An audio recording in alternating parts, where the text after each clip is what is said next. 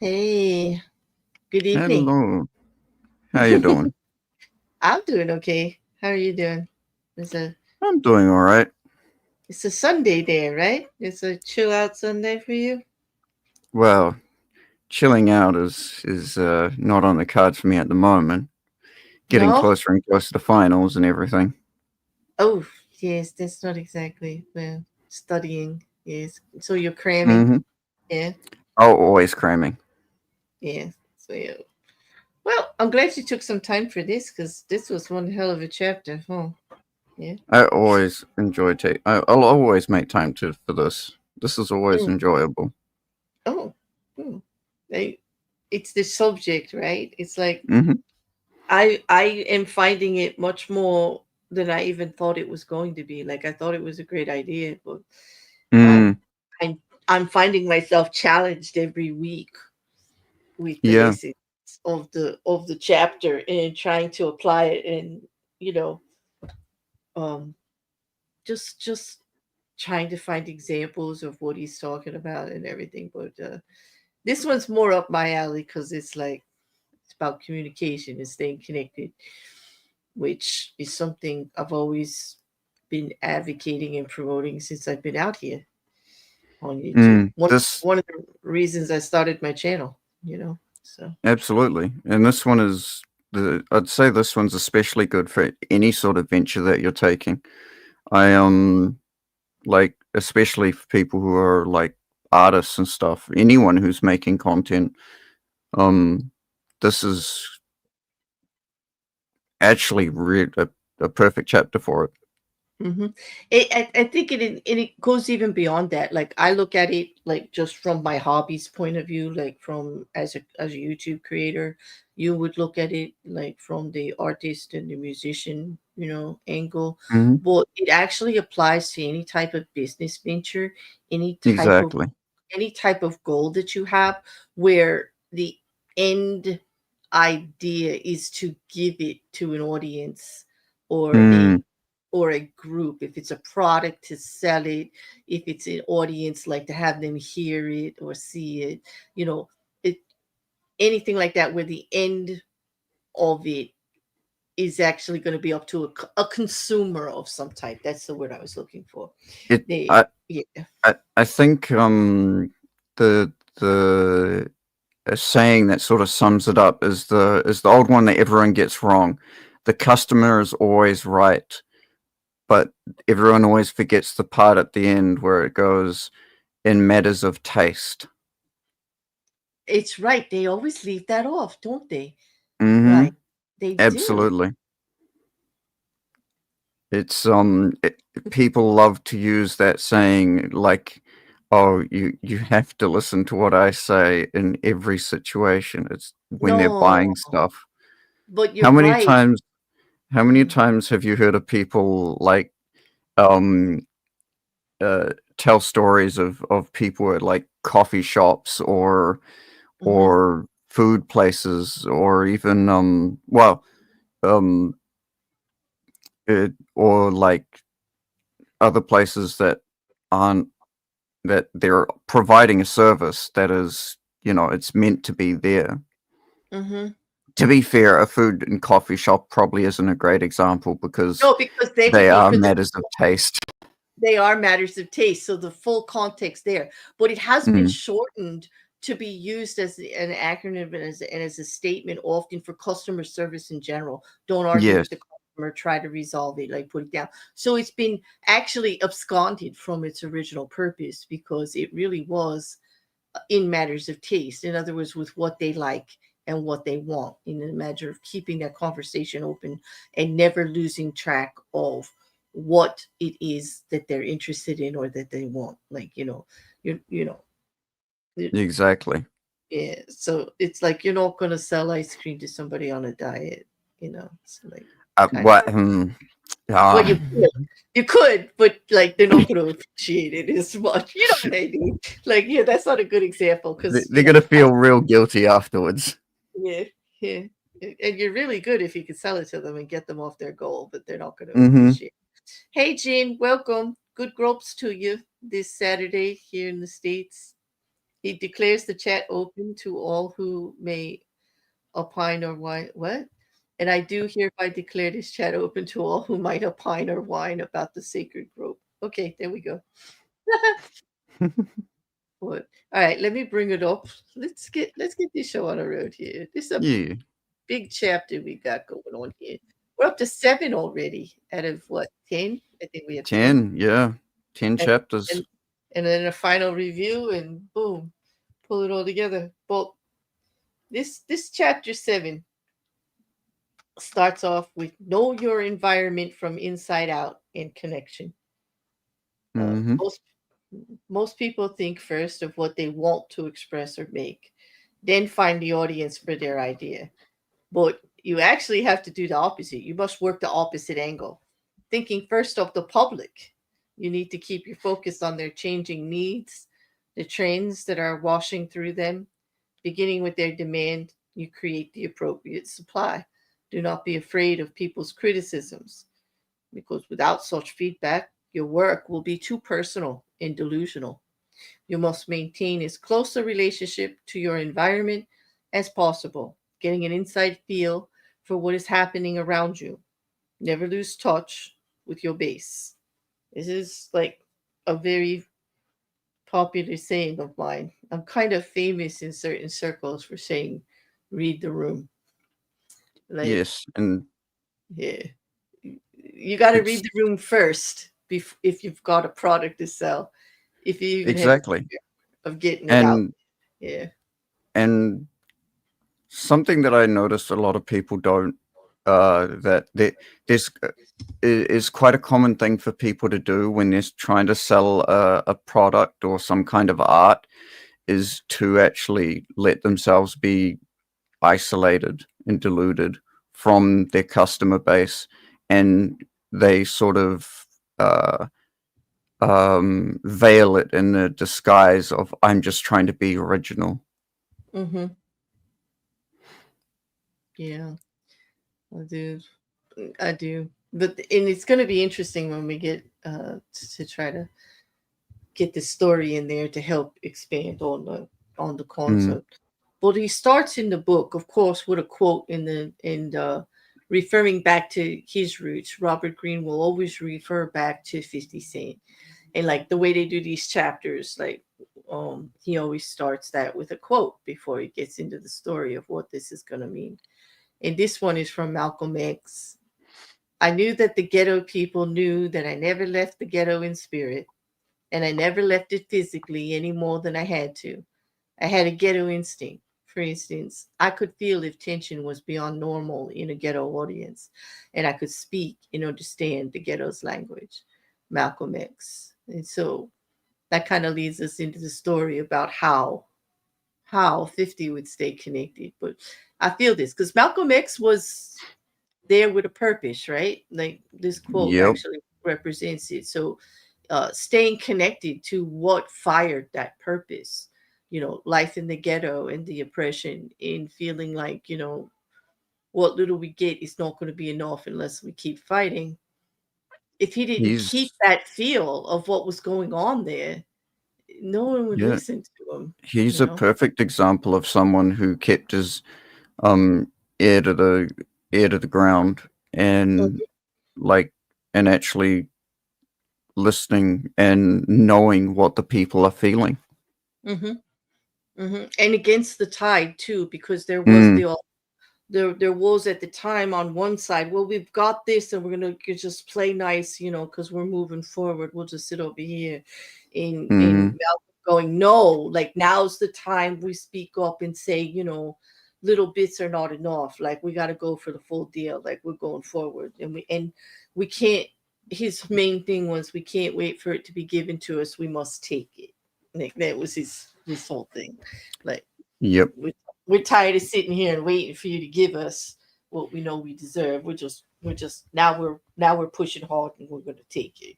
Clearly, Um, good things don't come to those who wait. Comes to those who go out and get it. True, that's what 50 would say. He's you're going to Mm, sit there, you're taking a big chance. Is it true? We all know that sometimes with patience things can come your way, but exactly. there's a chance there that it won't. 50 says if I'm going to take a chance, it's going to be on what I'm doing to go get it, not on the Mm, whim of nature or the universe. You know what I mean? It's going to be because I didn't, play it right or whatever. He's going to lessen the odds, that of failure that way, exactly. taking control. Definitely not one to sit around and wait. So you got the Nope. story. I'm going to let you read then the story then to Okay, yeah. let's get started. I'll make you all nice and big for that. Go. So, starting out as a drug dealer at the age of 12, Curtis Jackson faced an unfamiliar world that contained all kinds of dangers. The business side of hustling was relatively easy to figure out. It was the people, the various actors in the game, the rival hustlers, the big-time dealers, and the police who could be tricky. But strangest and most impenetrable of all was the world of the drug users themselves. The climate upon which his business the clientele upon which his business depended. Their behavior could be erratic and even downright frightening. With rival hustlers and police, Curtis could get inside their way of thinking because they all operated with a degree of rationality. But the drug fiends seemed to be dominated by their needs, and they could turn unfriendly or violent at any moment. Many dealers developed a kind of phobia of the fiends. They saw in them the weaknesses of dependence that could befall anyone who succumbed to addiction. The hustler relies on his razor sharp mind. To even flirt with drug use could destroy such power and lead him down the slippery slope towards dependence. If he was around the fiends too much, he could become a user himself. Curtis understood his Curtis understood this and kept his distance from them, but this aspect of hustling bothered him. Sort of touching on you are the company you keep, right? Exactly. But and in that place, obviously dangerous because Mm, it, how's he going to function at the high level he is if he really gets down into mm, who he's surrounded himself with? mm. Like a catch 22. I actually just realized it. Just from that opening, it sort of suggests that yes, you are the company that you keep, at least from the story, but it's the this chapter is sort of suggesting, well, you're not necessarily the company you keep. You just happen to uh, your personality sort of molds around the company you keep, not necessarily who you are as a person. Um, well, by personality, if you mean your style of interaction with them, yes. I don't Mm, necessarily like because I get accused of this a lot. People don't understand that when you communicate to different groups on different levels, it's not a changing of the person that you are. It is more an understanding of who you are surrounded with at the time, and being able to exactly. communicate in a way that they understand and where they're comfortable with it. And it's because you understand it and you accept it and you're not Mm, judging it. It doesn't mean it's changing my personality. Like mm, i I am multifaceted at any given time, and I might relate to you differently than I relate, you know, to someone from like Louisiana. you yeah. know, we'll talk about Or different things. We'll have different catchphrases and stuff that make us comfortable. It'll be a totally different style of communicating, but yeah. it comes from understanding who you're communicating with. Mm, And yes. that's something, because I like to communicate with lots and lots and lots of people. I mean, Mm-hmm. I talk a lot to a lot of different people about a lot of different Exactly. things. Yeah. Yeah. And I don't think be making people comfortable communicating, I don't think that that's like changes my personality, or it doesn't mean that I've changed my personality or that I'm being what would they Yeah. call it? Not genuine or fake or something like that. It's not. I'm actually Yeah. being 100% genuine because I understand where they're coming from, and you know, Exactly. Like, and I, like yeah, say you, like say, for instance, um, you spend a whole bunch of time with a bunch of conservatives for a period of time. It's not like you're going to become a you're not going to become a conservative. It's just you might be interested in understanding the conservative mindset a little bit better. yes, Just like yeah. um, if the sorry. No, go ahead. No, Uh, just like if a conservative spent a whole bunch of time with liberals, you're not going to they're not necessarily going to become more liberal. exactly. Certain things are contagious, but I don't think people should be afraid of listening to the other side or listening to different opinions. I always say this: if anything, it firms up where you're coming from on something, and it could add, you know, more confidence to your stance. Have Hmm. you look at it in a way.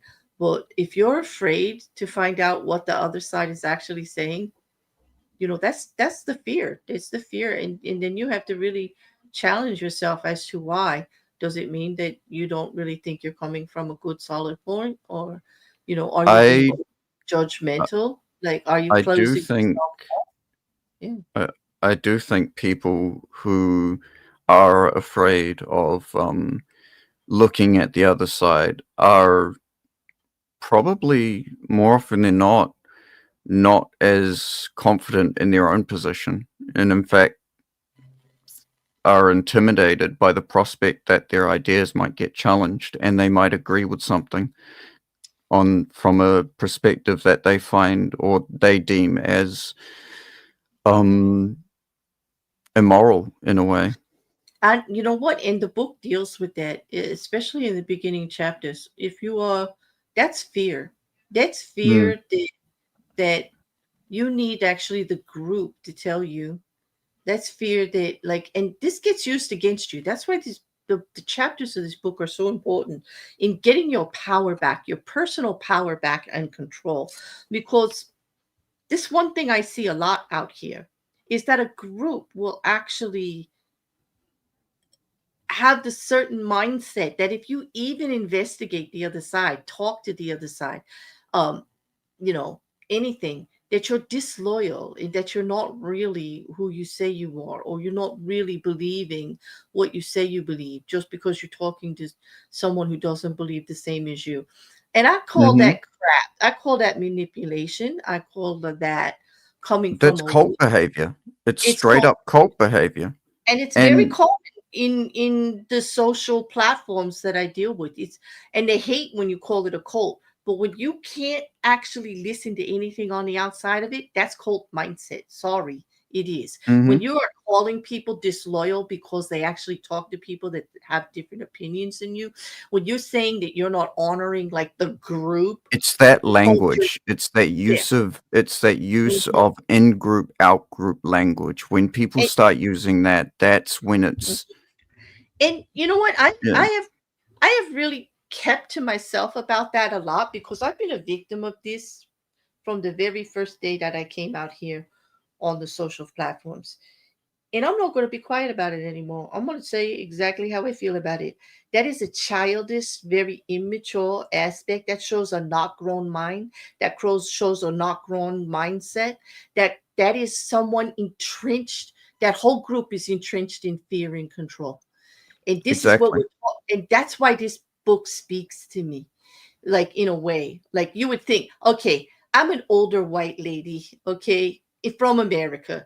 The fact that 50 Cent and Robert Greene wrote a book and I actually can find something in it, I get that that looks ridiculous to some people, but it Mhm. really shouldn't. Because why shouldn't I be able to take words in a concept and be able to freaking turn them into something that's valuable to me and not be afraid to look at this man who grew up totally different than I did in a violent, volatile situation that I would like not want to be a part of no matter what. But I can put Wouldn't myself even there. survive even if we wanted to be.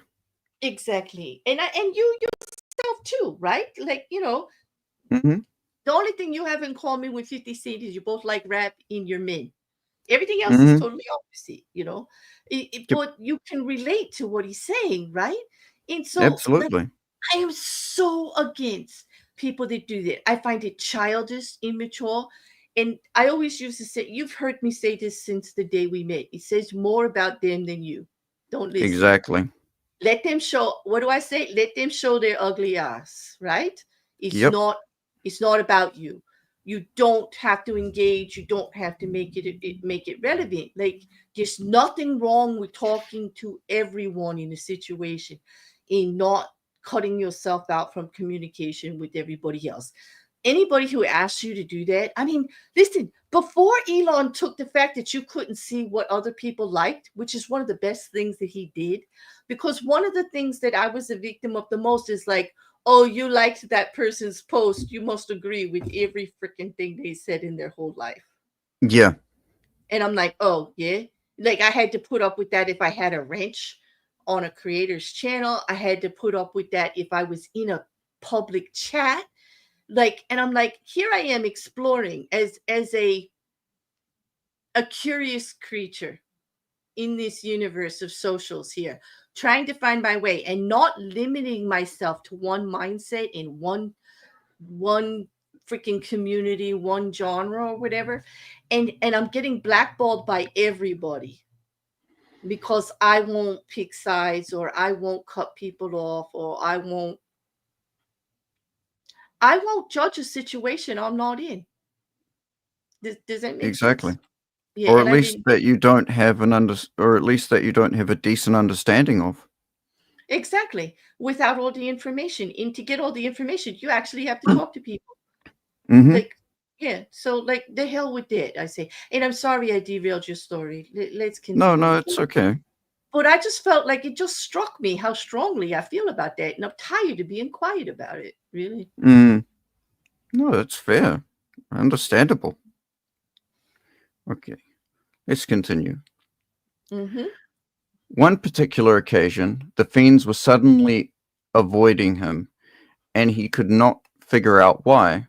All he knew was that he could not sell a batch of drugs that he had on consignment. Under such an arrangement, a higher-up source or contact had given him the drugs for free. Once he sold the entire lot, he would return a specific amount for the earnings to the connect and keep the rest as profit. But in this instance, it looked like he would not make nearly enough to pay back the connect. That could prove damaging to his reputation and lead to all kinds of trouble. He might have to steal to get the money. Feeling somewhat desperate, he went into full hustling mode, working night and day, offering all kinds of discounts, whatever it took to unload the drugs. He managed to make back just enough, but it was a close call. Perhaps the quality of the batch he was selling was inferior, but how could he tell beforehand? And how could he prevent this from happening again and again? One day, he sought the advice of a man named Dre, not Dr. Dre, an older hustler who had lasted an unusually long time dealing drugs on the streets. He was considered a sharp businessman. In prison, he had studied economics on his own, and he seemed to have an especially good rapport with the fiends. Ooh, 1 second, sorry.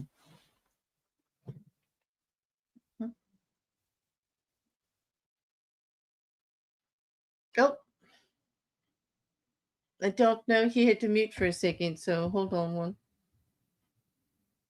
My bad. What hit? You okay? Let's get back to it. All right. Dre explained to Curtis that in his experience, there are two kinds of hustlers in this world: those who stay on the outside and those who move to the inside. The outside types never bothered to learn anything about their customers. It's just about money and numbers. They have no concept of psychology or the nuance of people's needs and demands. They're afraid of getting too close to the customer.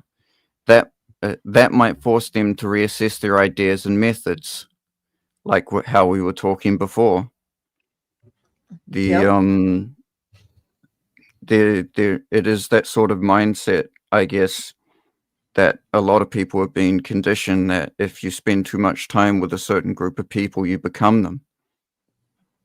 I mean, this comfort, we're not saying don't be with people you're comfortable with and stuff. And there's nothing wrong that's with the shared experience and shared opinion and, the having similar interests and all that. Like, that's not about that, but closing yourself off from everything else, that's the issue. Exactly. Yeah. Exactly. You're not necessarily the company you keep. The superior hustler moves to the inside. He's not afraid of the fiends. He wants to find out what's going on in their heads. Drug users are no different to anyone else. They have phobias and bouts of boredom and a hole in a life. Because you remain on the outside, he told Curtis, you don't see any of this, and your hustling is purely mechanical and dead. To raise your game, he explained, you have to first put into practice one of the oldest hustling tricks in the book, the tester. What this means is the following. Whenever you get a batch of drugs, you separate a portion of it to give out for free to certain fiends. They tell you right there on the spot whether the stuff is good or bad. If their feedback is positive, they'll spread the word through their own networks. And such reports are so much more credible coming from a fellow user than reports from a hustler hyping up his own stuff. And we actually see examples of this, a lot of examples in this, ironically, in the entertainment industry. There's even a name for it, pilot episodes. Yep. TV series, there are hundreds upon hundreds of pilot episodes of TV series out there that we've probably never seen because they've just not been up to snuff. right? And They have test screenings of things all the mhm, time. Just like in the Black Mirror episode we just did with the candy company, they had tasting groups that come in before they put stuff out to see how people feel about things. Well, mhm, to just kind of getting feedback before you put something out, like trying to make sure you understand where your audience or where your consumer mindset is, like where their taste is, what they like, you know, and what wouldn't want to you sell. agree that there's that it at least in the recent times, people or companies seem to be moving further and further away from actually listening to their customers. Mm-hmm. This I this is very apparent in the gaming industry. Mm-hmm. Um, very very apparent. If anyone follows it, follows any part of the gaming industry, they've basically um completely ignored a lot of games developers have been completely ignoring their actual customers, Mm-hmm. the main people that have been consuming their products. Mm-hmm. Um, a really good example of one quite recently is a game called Concord. It it was trying to be a game that sort of fit everyone and ended up absolutely. What it's a clear example of trying to fit everything makes you end up fitting nothing. No Yeah. one liked it. Yeah. It was diabolical. They spent over $200 million on this game. If not, I think one of the estimations was even up to $400 million on this game, and it flopped. It it it and I'm not talking just like, oh, it sort of like struggled to reach No, it a nobody level like play it. Like breaking it's even. unplayable. Yes, it by the market that they were selling it to. It is a perfect example of them not listening to their audience, because who they Mhm. polled and who they actually did the let's do some intake of what we need to do with our gaming situation, was they polled the advocates and the criticals, and they became so politically correct they forgot about the end game player. They never once polled them. They never once sat down and opened the conversation up to them. Yep. And that's what happened. If you're going to listen to the gaming critics, so to speak, the ones just pointing at holes, and then and they actually spent money on consultants and stuff like that to basically ruin their company, Yeah. because those consultants didn't consult the gaming market at all. They yeah, Yeah. they consulted they basically consulted it they the Social best trend. okay, Let's no, just put it. Yeah. they literally consulted the complete opposite um people who would never, and I'm talking like never play the game. They consulted those. It's like it's it's like consulting your enemy Hmm. for consulting your enemy on how the best way to attack them is.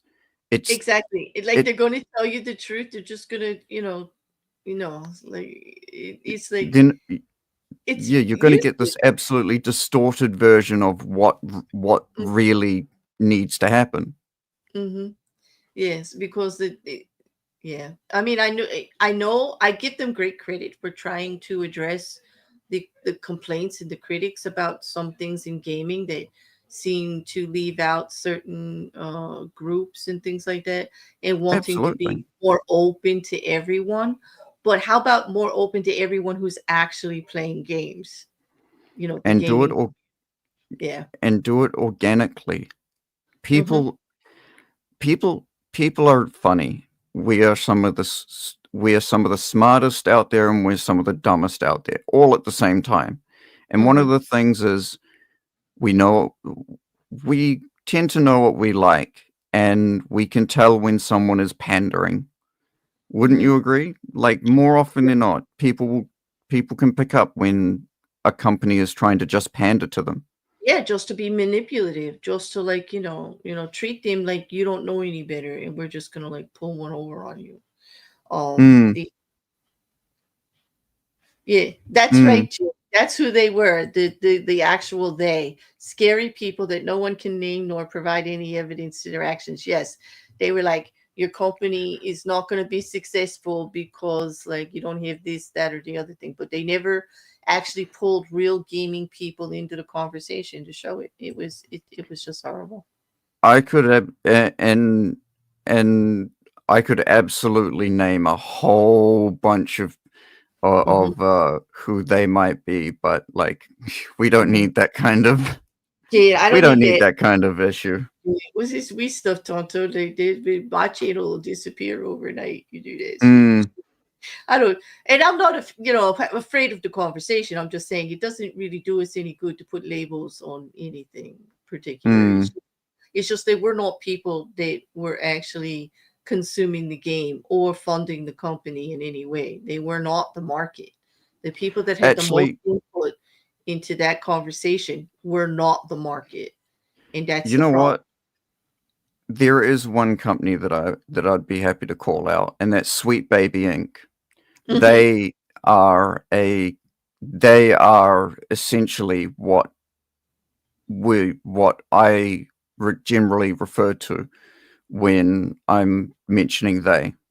They're a group that, to be honest, don't even they come across as not even caring about the game. They just care about their own agenda. Hmm. It's agenda driven too, but they're known for it now. Like Yeah. so, yeah, so everyone's like pretty much aware. So Mm. yeah. Yeah. Mousy mentioned another game, Sky, No Man's Sky started out just like that.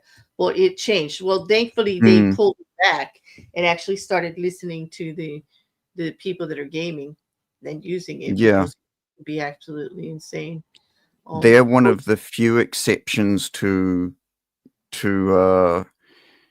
the to mhm, that scenario where they actually went back and said, "Hey, look, we we overpromised on this stuff, and we're mhm. really sorry, but we're going to make this work," and they did. They succeeded. But that's like a line right into that just proves a line right into your audience, right into your market, right into who you should be dealing with in regards to it.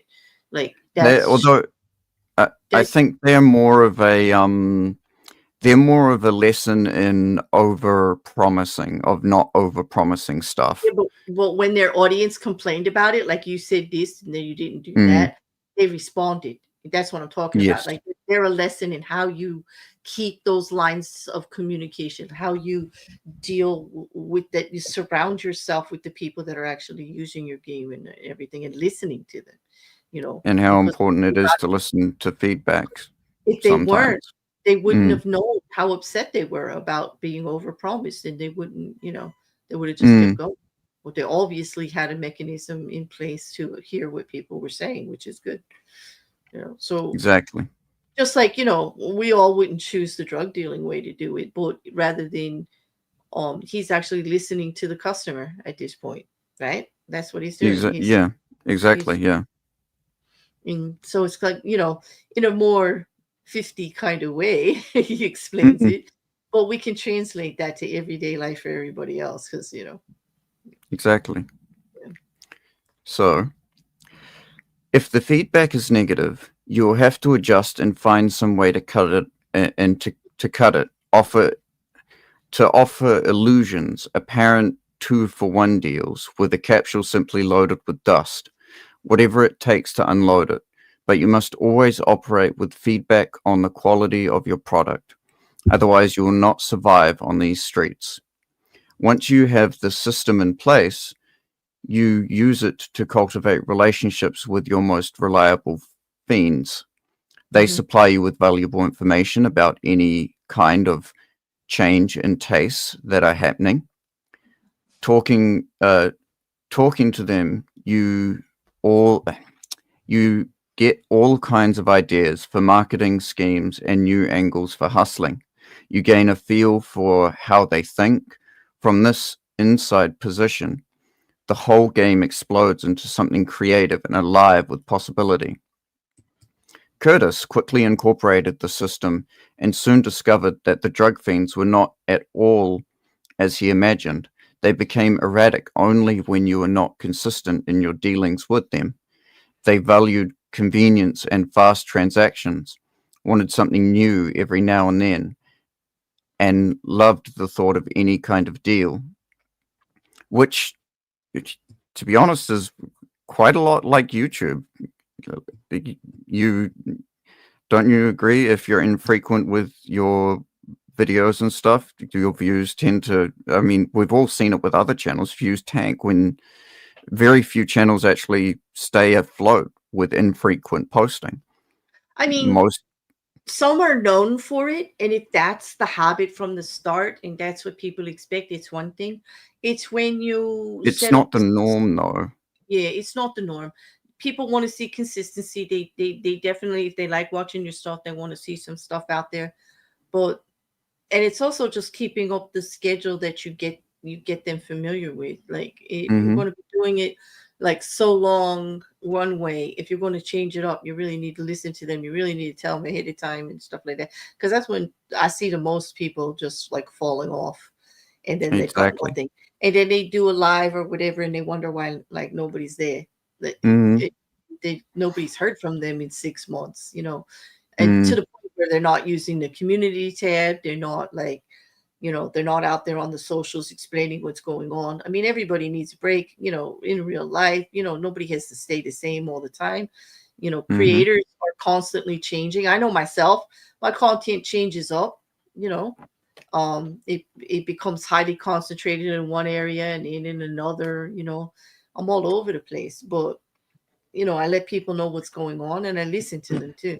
Like if somebody told me today they didn't want to see another live trial on my channel, I mean more than one person, of course, if that Hmm. was it, then I wouldn't be doing it. Like I'd go back to just doing it privately for myself, like I was. Like, you know, eh, you don't want to force it on people. You know what I mean? Absolutely. It's a lot of work. Why would you want to force it on anybody who doesn't want it? It's like a Hmm. waste of yeah. Okay. Well, With this growing body of knowledge, he could play to their needs and manipulate their demand. He discovered something else. Spending much of their time on the streets, they were great sources of information about what was going on with the police or the weaknesses of the rival hustlers. Knowing mm, so much about the neighborhood gave him a feeling of greater power. Later, he would translate the strategy to music and his mixtape campaign on the streets of New York.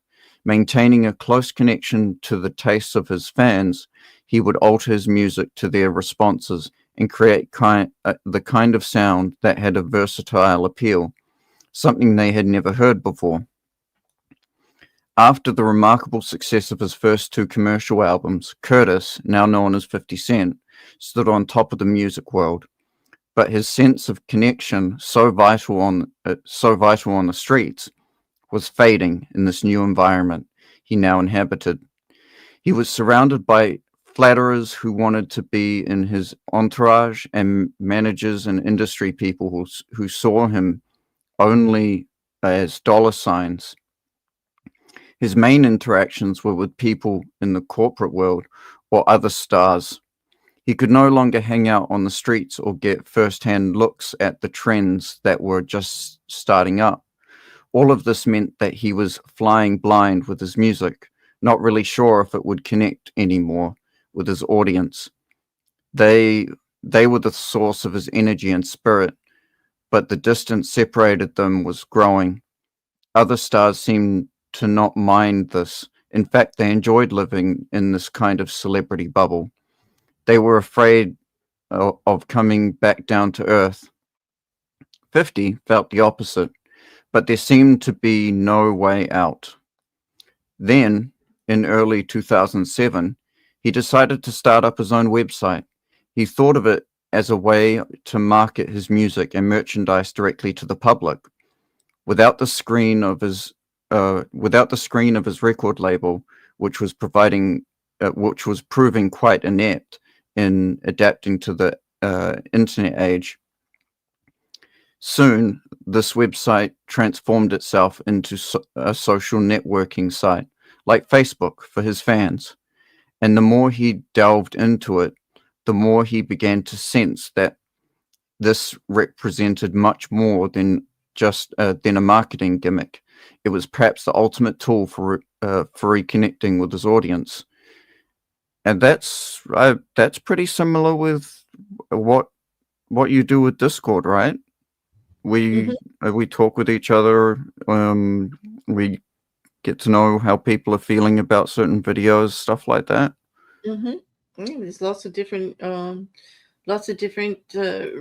rooms with lots of different ideas for different concepts and things like that. I always run things through a group in a way, and also like visiting other communities that are doing different types of content at the time and stuff that I like. I visit some of them that are just doing straight news reporting on politics. Or you know, it kind of keeps your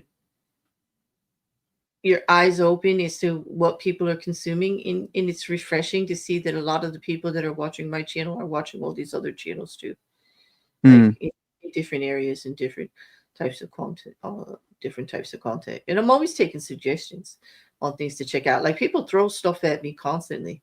Have you seen this? Did you watch this? And like I'll go see how other people are doing things, and get ideas, what people like and don't like, you know.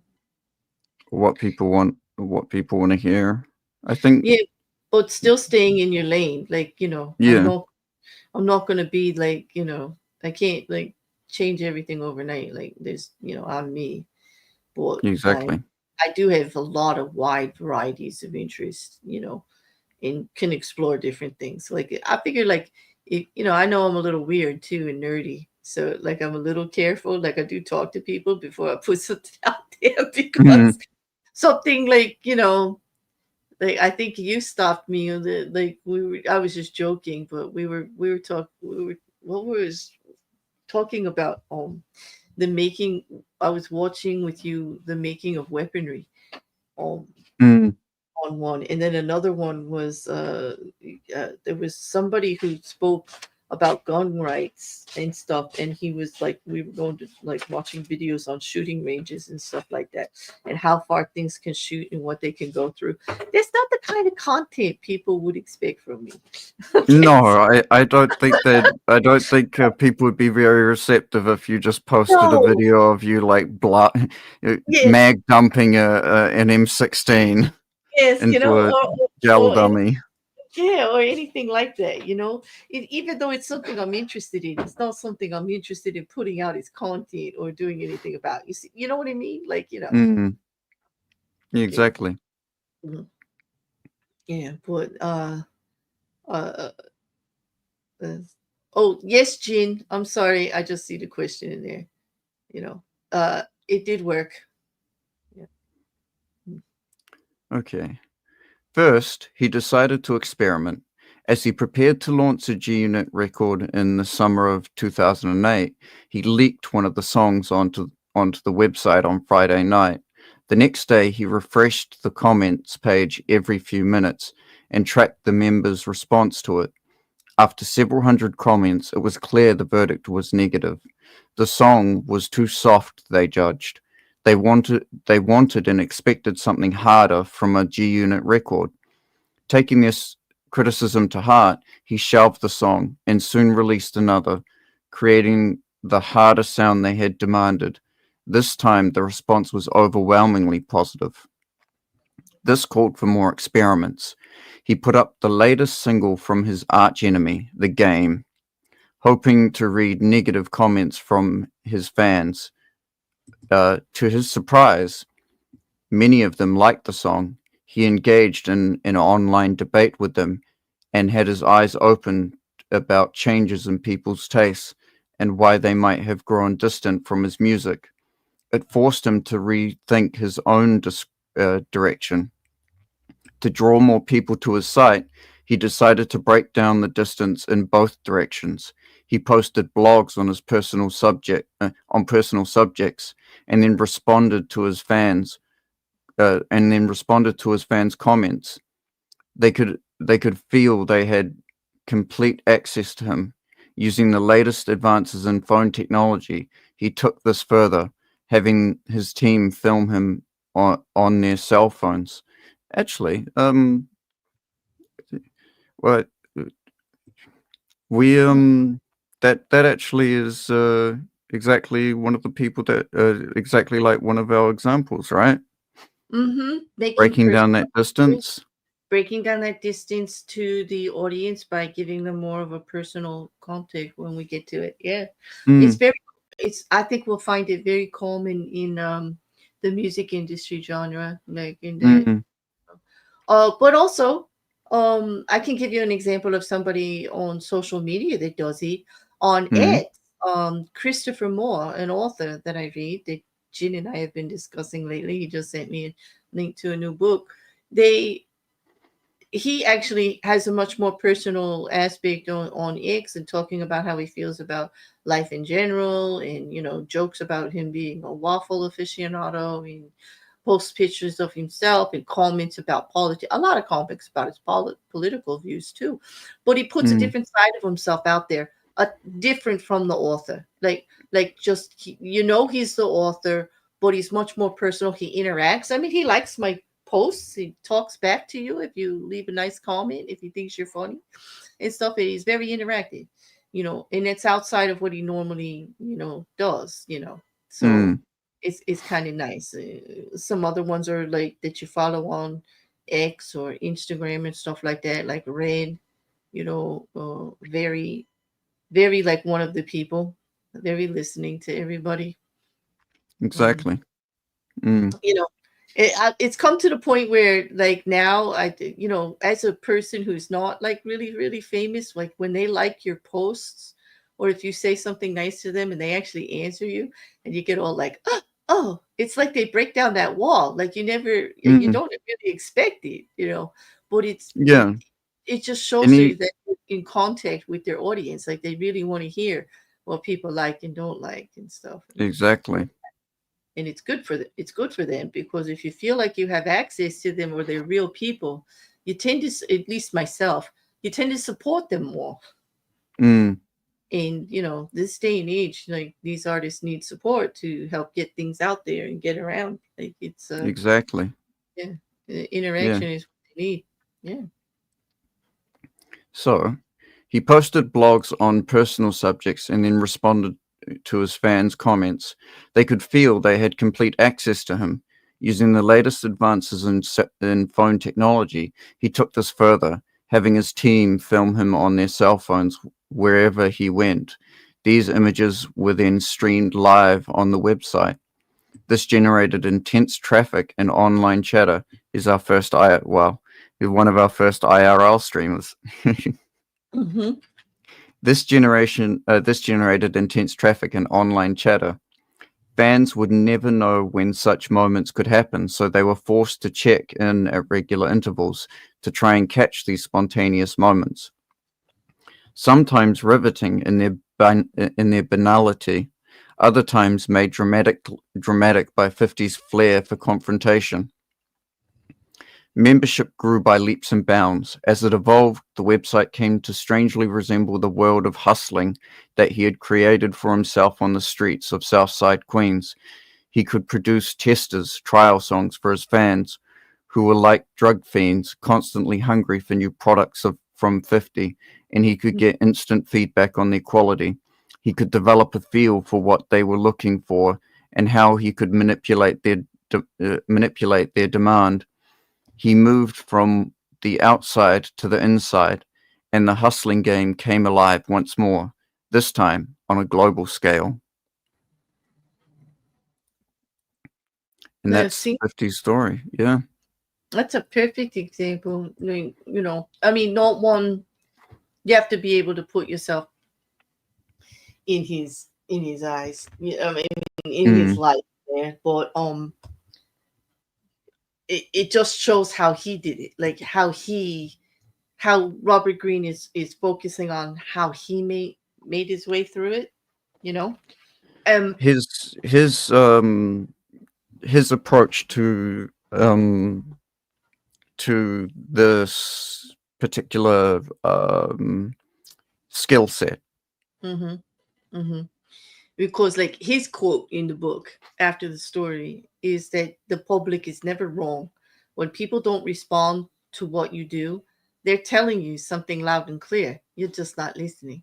So like if your sales drop, or like say, or your product's not selling, or people are touting another product instead, they're telling you there's something wrong with yours. Like you need to listen, you need to real look. You can't always think that you've got the perfect idea and the perfect way to do anything. You got to be willing to, especially if the end result is having others consume or listen or buy this product. You really need to listen to them because you Yes, can't tell people this is the best thing for you and they're going to do it. Like that's against human nature. You could tell somebody that this is the best whatever all you want, but they're not going to believe it until they experience it. exactly. Yeah. And they're not going to experience it if they don't like what you're doing. They don't Yeah, like it, you know? like yeah, they're not they're not people aren't going to people aren't going There's to eat people aren't going to eat a fancy Brussels sprout dish if they don't like Brussels sprouts. exactly. There's a reason the cantaloupe ice cream isn't mass produced. There's a very Mm, small amount of people that like cantaloupe ice cream. Very small amount, you know. So you have very to listen. neat. Yeah, it's very niche, right? You need to listen to the broader market. The example from the book, uh, after his story, um, you know, wow, oh, just I think it's We better to just go to all of the different examples instead of, because we've been giving them so many examples already. But they did yeah okay. They but I do want to mention her because, like, I mean, she's amazing. But the example from the book was Jane Goodall, who at the time, and if you guys will all you remember that this was the woman who took the scientific study of primates to a whole different, the primatologist who just like blew it open into how things were done. Because before that, there was a wall between researching chimpanzees and primates, and actually the primatologists and the scientists who are actually doing it. They mm, viewed them from a distance. They didn't interact with them. They just watched them. It was more like just watch them. There was no interaction. their Um, method was much more sterile. Yes, and Jane Goodall took that step to become like in it. She started moving closer to them. She tried not to disrupt what they were doing and built a little bit of trust and mimicking, and just wanted to get closer and so that they could interact and actually be part of it, like be closer and see what's actually going on. She wasn't afraid to get like, let's say, hands on to the situation and get in there. She didn't want Mm, that wall of distance, and she didn't want to photograph them from behind a screen. She wanted them to know she was there, and she wanted them to build trust with her in a way, um, exactly. and so that they could communicate. And she was the first one to do it, and she was excellent at it. She started a whole new thing, and the information that they got from this was so much more valuable than just watching what they do. You know, Exactly. She did it to the point, if I remember correctly, and she did it to the point where she was even commenting that she says that she thinks like a chimpanzee. well, she spent so much time with them, like day in and day out. Mm, That if that's who you're communicating with, and that's the style that you're using, and that's what you're surrounding, then it became part of her everyday kind of thing, mhm, and she could actually predict where they were going to be, yeah, based on what she was learning from what they were doing and everything. And so she was always, able to find a group of them and everything. She observed them hunting and eating and everything that they did. well, she actually said that I think my mind works like a chimp now, subconsciously, she said, writing to one of her friends, because like she spent so much time doing it and studying them, and that it Mm. just became a chart after. I was shocked to find out that they weren't vegetarians. Like everybody always thought they were. I did not Yeah. know the No, they're chimpanzees. brutal. Yeah, I didn't know that. I didn't know that. Well, she's just an example of thinking outside the box and getting there to, uh, getting to know if you're gonna. She was going to actually study and be part. She wanted to get closer to the chimpanzees to find out what it was really like, and to change it up. That it's not always good to be looking from the outside. Sometimes you had to get right in there, to You it. need So to she was learn their environment to right. be able to move in it. Hmm. And so she was an excellent example of that, of that. Her whole life, her whole career was in working on that. Um, Exactly.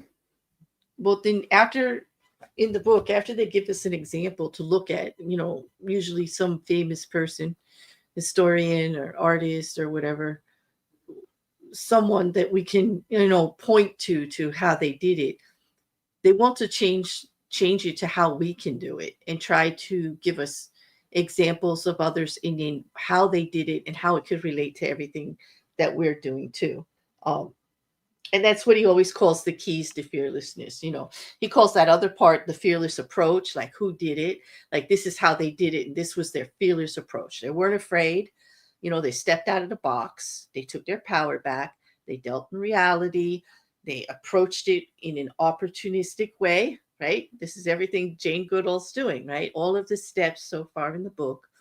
And then Hmm. she's actually learning her audience. She's learning the environment in her audience around in what needs to be done. That we need more intimate information on the chimpanzees. It's no pictures of them doing stuff. It's no longer cutting it as a primatologist. Nobody. Especially considering the modus operandi of studying chimpanzees back then was actually to take them out of their environment and actually put them into a very controlled Right. um, put them into very controlled situations. And Hmm. as we know now, putting any animal or creature into controlled situations does not give you anywhere near a real gauge on how they behave, just on how they act in unfamiliar environments. Right. And you think as scientists they would know this, the primatologists, a change in environment can change response. Like we all Mm, know that. Like that's just hmm. common, But here they are, like the people just don't want to see still pictures of chimpanzees anymore in a lab. Learning stuff like they want to know, well, what do they do in the wild? What do they do natural? It's more interesting to see them in their own environment and to learn what they're doing just naturally amongst themselves. Exactly. So, but yeah, so it was groundbreaking, and she did it fearless, and she did it because because that's what she thought needed to be done, and she connected on a whole different level. And It's Liam actually pointed out another person who did this as well. Fairly Mowat was studying wolves in North Carolina. uh-huh, yep, I did the same thing, like the wolf pack, right? Yeah, I believe so. Mm-hmm. No, it's absolutely. And I'm sure we could come up with even more, like that just, just got into the environment to actually give a better picture of what was going on and to gather the information more accurately, more real, more genuine, you know. Hmm. Um so it was a really good example. So I wanted to mention that. But the next part that the book goes into is actually the steps to relate it to all of us. And they always give us like at least four, you know. And the quote here, and I hope I'm going to mangle this name, I know it, but few people have the wisdom to prefer the criticism that would do them good to the praise that deceives them. And that's from Francois de la Ro- Rochefoucauld, I guess. I don't know. Very French and Close very enough. anyway. But it's very smart. We don't want to listen to the criticism. We prefer the praise. I mean, that's like human nature, right? We all want to feel a little bit good, but Mm, we don't grow from praise. no. You Praise doesn't teach us anything. the worst thing, like something that I've actually experienced, that I've experienced regularly, and I'm sure everyone else has experienced regularly. I find it incredibly unnerving when something is broken and it starts working for no apparent reason. That is, to Which me, the most unnerving thing I ever experience, because I have no idea why it's fixed, or how to repeat it. right, and it could just happen again at any time. Yeah, Yep, yeah. So yeah, you would much rather know what's wrong. Yeah, exactly. than have it. And I say like when I talk to people about my streams or if I have a question about something, I want to hear. The worst thing I can hear is it was great. And I no, thank you for saying that. Like I appreciate it. Like thank you for the compliment, but and I need more. Like I Like, need actually. There's got to be things that can change. There's got to be things that can improve. And I'm always I guess, trying to relate. like, Yeah. more the least helpful thing that Hmm. content creators can hear Right. is So that was great.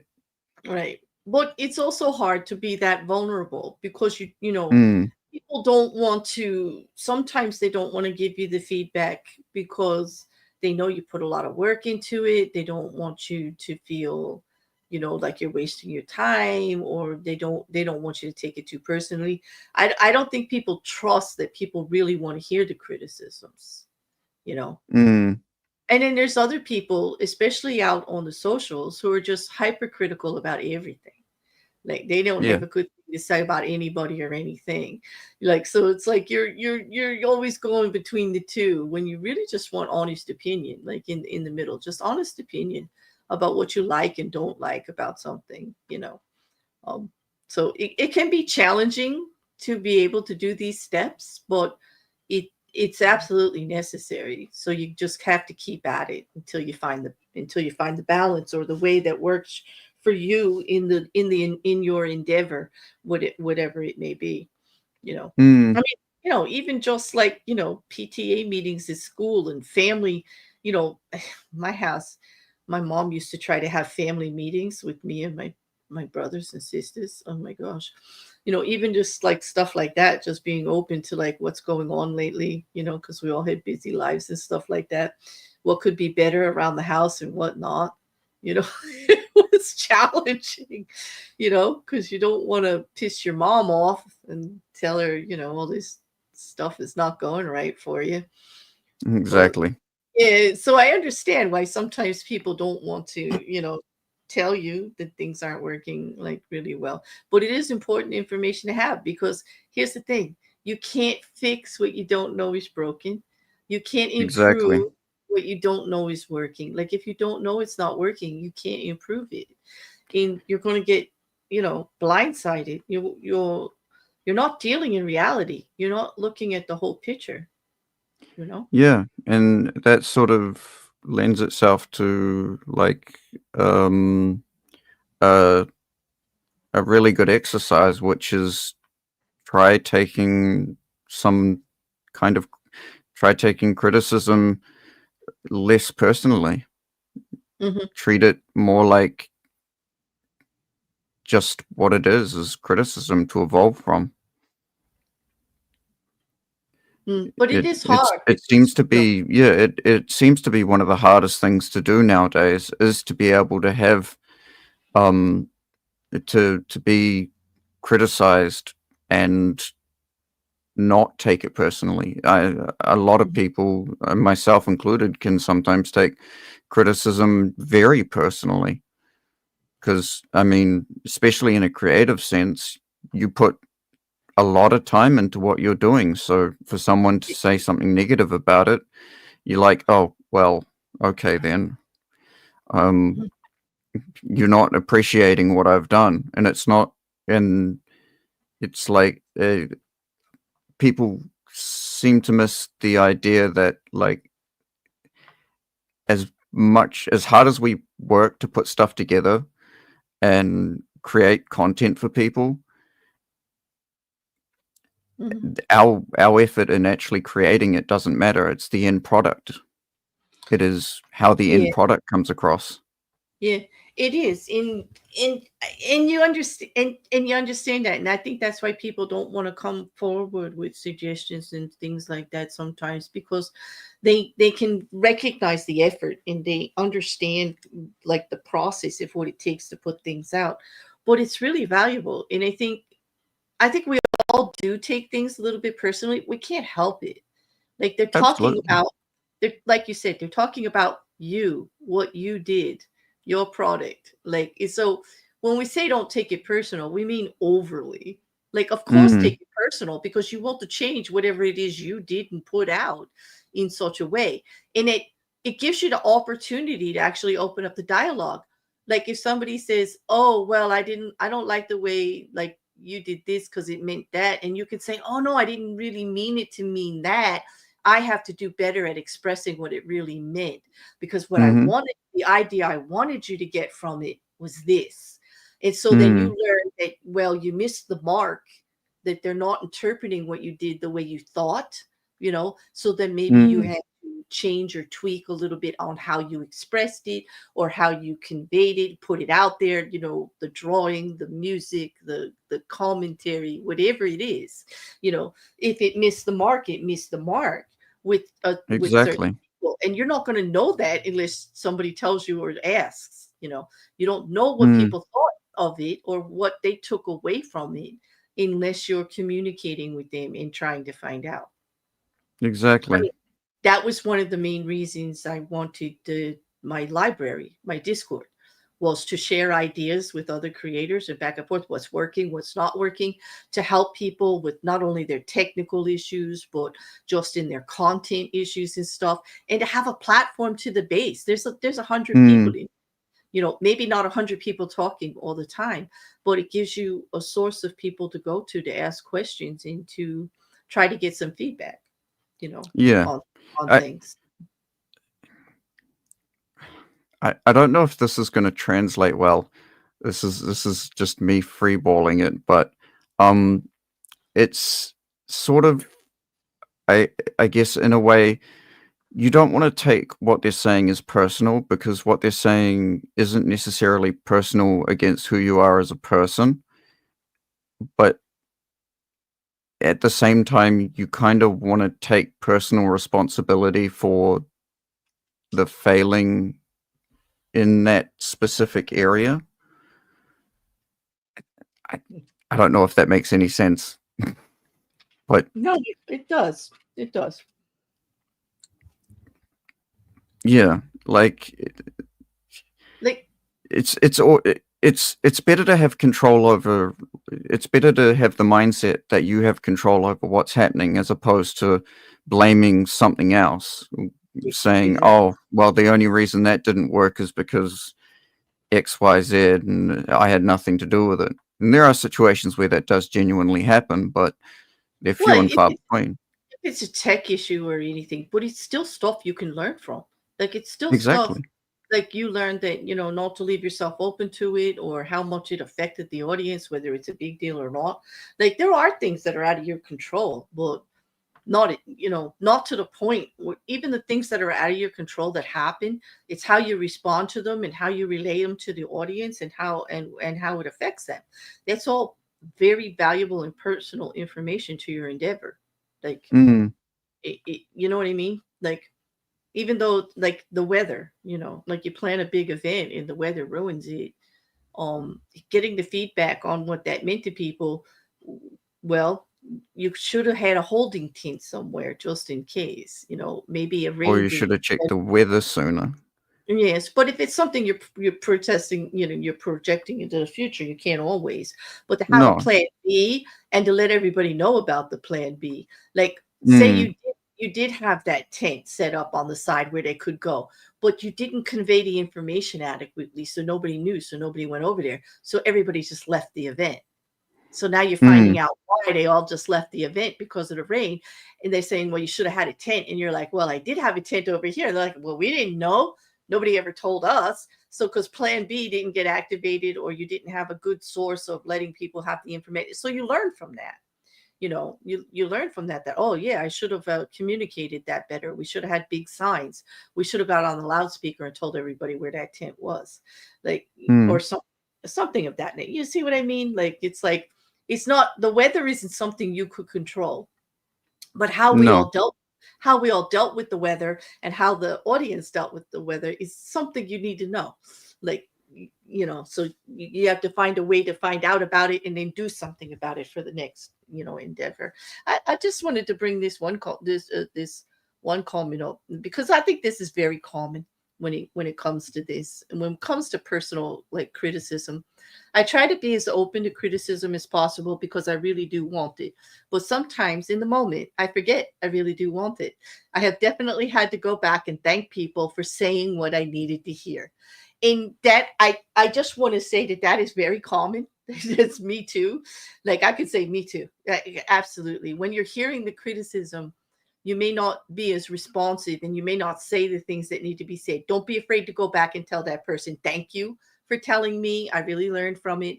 Encourage them. That's how you're going to keep an open dialogue. Like Rekkr had said, we can't help but feel personal about the stuff we put out here. If you are Mm. creative at all in your endeavor, or even business people, they get very involved in their product. I mean, you got a prototype for a new flavor of candy bar or something, and you're going to put it out there. You feel personally attached to it. It's your idea. It's your formula. Mm-hmm. And you like the candy bar, so you're going to take it personal if a whole room full of people say it tastes like caca. You're not going to, it's going to, Exactly. yeah. But you take that moment, you hear it, and then you kind of do something about it later. You may not always have the best response right away, but you got to take care of that later. You definitely want to keep those lines of communication open. So if you feel you didn't respond appropriately, always go back to the situation and contact that person, or get the information out there in some way, in gratitude for the information coming forward and what you're actually going to do about it. Because I'm sure they want to hear it was beneficial to tell you in some Mm. way, that it mattered. That's it. That they were heard, and it mattered. Like, Exactly. because I can't stress that enough. Everybody wants to be heard, right? Everybody. Mm-hmm. So these are the 4 Absolutely. steps. So now we're going to work on this, which I just want to premise this with: when you see the 4 steps, it will click to you, like it did to me, that this is all about communication, period. Like, this is Mm-hmm. all about communicating to your base, and keeping the lines of communication open, and not shutting yourself off from the process of being out there with whatever you're doing. You just can't put something out there and run away. It will just hit like a bomb. It will just be, no matter what it is. Oh, it will never be as successful as you want it to be, or what it could be. It might have minimal success in the beginning, and it just die off, or it just might hit like a dud. Well, because you got to keep those lines of communication open with your base. And the 4 steps that they say are: crush all distance, open informal channels of criticism and feedback, reconnect with your base, and create the social mirror, which is very clever way to say it. Well, so let's tell them what they actually are meaning by this in some way, right? Because, like, that's Mm-hmm. kind of hard to understand when they just go, "Oh yeah, crush all distance." Sure, okay, how? What do Sounds you like mean? something that you'd pay a lot of money for in shady places. It's like, oh my gosh! All right, you take number 1. Okay. So eliminate distance, crush all distances. The definition is: remove barriers, physical, emotional, or psychological, between yourself and your audience. This means engaging directly, being accessible, and experiencing what your audience experiences. The goal is radical equality. You're not above or apart from your audience, but among them. The modern example is Taylor Swift, actually. I mean, who doesn't know of Taylor Swift? Right. She's huge. Mm-hmm. She's renowned for her direct connection with fans. She frequently interacts on social media, invites fans to secret listening sessions, and even comments on their posts. By doing so, she blurs the line between superstar and fan, making her audience feel seen and heard. And how she achieves this was basically responds to fans' comments and posts on platforms like Instagram and TikTok, hosts intimate events, the secret sessions where selected fans get to preview her albums. She shares personal stories and behind the scenes content, which is becoming more and more common with entertainers nowadays. Is Mm-hmm. sharing that more, or at least what appears to be more behind the scenes. That which it does. It fosters a sense of closeness. It fosters a sense of personability when you do that. It does. And Taylor Swift may not be the genre that everybody relates to, but you can't deny the fact that she's an icon, and this is how she got so big, and why her fans are known Swifties, and they are a movement. Like they are so loyal to her, and so and they feel like a genuine connection to her. Another modern example, somebody that I follow, that I admire, and I'm astounded by how popular it became, is Ren. He's unique. He's an indie artist. He puts everything out himself, but he deals with his audience in such a way. He's right in there. He's like now on all the social platforms. He, like you said, with behind the scenes content for his videos and stuff, he started putting together things more personal for the audience about how things are created. He's very interactive. He tells personal stories about his own struggles with his health and how he gets to places and why things are the way that they are. And it connects people with his music in a way. It's just, he's just like a more modern, like a more now kind of example. No, but also get really huge and got really huge on his own without industry backing. I mean, he literally replaced Rick Astley as number one in England, which was Yep. like unheard of. And he did that as an independent artist, funding his own music, selling it to the people directly. Like Exactly. that's huge. I mean, that's huge, So, and he's just an all around nice guy, average guy. Like, he's just, decent, a decent human being. And he's on all the social platforms too.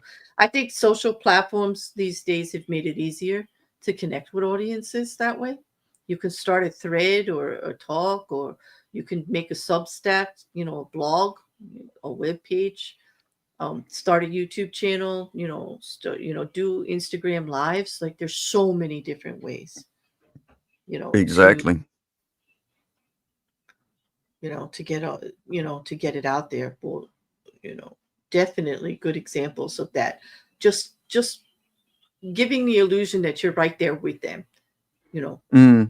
It's a fine line because everybody knows they're not, but just making people feel heard, seen is so valuable. I mean, it's probably the most valuable, Yeah, exactly. right? The second one is to open informal channels of criticism and feedback. This one's really important and might be one of the harder ones to do. Well, the definition is to understand and reflect the emotions, struggles, and aspirations of your audience. This requires empathy and courage to be vulnerable, allowing your audience to see themselves in your story, put themselves in your shoes, sharing with them. It takes a lot of courage, to be that vulnerable, to hear their interpretation of it, and then to understand how they're feeling about it, their emotions about it, what they took from it. The example that they gave us is Nike.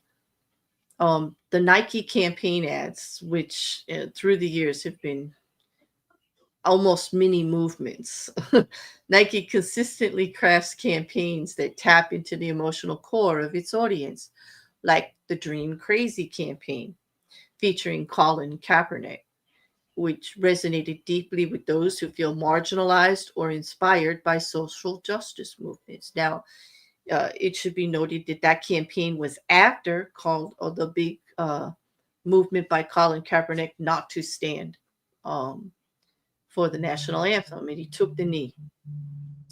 And he encouraged others to also. And there was a whole big divide in with the NFL, and it was a whole big thing. And this actual Dream Crazy campaign came afterwards, and it honored Colin Kaepernick for his, coming through adversity. He was literally blackballed for something he believed in. He didn't want to stand for a flag that he didn't feel. Well, why would he honor a nation that wouldn't let him be part of it? He felt like he was not. He felt like he He wasn't wasn't represented, right? exactly not represented. It's like, if I'm not part of you, why would I honor you, kind of thing. Mm. But he was called not patriotic. He was called to leave the country. If you don't want to be an American, like, people took it really personal. Nobody wanted to hear the message. And it was really, really hard. But he heard it. Like, he heard the pushback, and it only reinforced what he was saying. The pushback and everybody just turning away and not wanting to listen to what he had to say about it kind of reaffirmed how he felt about his representation in our country. Um, so it kind of made the point for him, and I think that's why Nike put that out. And they had plenty of other athletes that had faced not similar but just as difficult types of situations, and then came through it by listening to what people said about it, and then, like, moving forward. And so after all of the pushback, Colin Kaepernick changed how he spoke about it. He wasn't, like, just aggressive about it at all. It was just like, if you don't feel like you're, like, that's when the story changed. Like, if you don't feel like you're part about something, you have to, like, do something to let people know you're just not feeling it. Like, I want to, like, I am American. I want to be part of America, but I'm not going to sit here and say that everything's fine when you're not allowing me to be 100% an American. Like, you're not accepting me as part of the whole. So the conversation changed a bit. Instead of just being pushed back, like, you're horrible, which is what everybody thought he was saying. America's horrible. I'm not going to stand for that flag. You know, that's not what he was saying at all. Mm. Yeah. Well, Nike achieved it, helping with that, with featuring real stories of athletes overcoming adversities. Everybody related to it. Everybody could see the athletes that were in that campaign, what they were going through. And they used inclusive messaging that reflected diverse backgrounds and experiences. There was something for everybody in there. There was, like, a tennis player, basketball. There was, like, all different levels of sports. It wasn't just, like, the footballers or anything like that. But it engaged in social issues that matter to its core audience, building trust and loyalty. Whatever side you were on an issue, it at least addressed it, and it put it out there and gave you something that said that the issue was out here, and we see it and we know it, and gave it a starting point for conversations to address it. You know, Nike's pretty good about that, like, subtle messaging about things that are going on. And they always Yeah. have very inclusive messaging, you know. Mm. So, like, it might be sports oriented because it's Nike. I mean, it's Nike, people. Like, of course it's not going to be like, they're not going to have a chef in there, or a fashion designer, but they are inclusive as far as the types of sports and where people are coming from in the types of adversities that they were facing. So they do good about listening to the public, the criticism and feedback, how things change. We watch the ads change as they get criticism and as they get pushback, from the public. Mm-hmm. Yeah. But they're still pretty brave about it. I have to give them credit. So, Exactly. yeah. And the third is listen and adapt in real time, reconnect with your base. The definition is constantly monitor feedback, trends, and audience sentiment.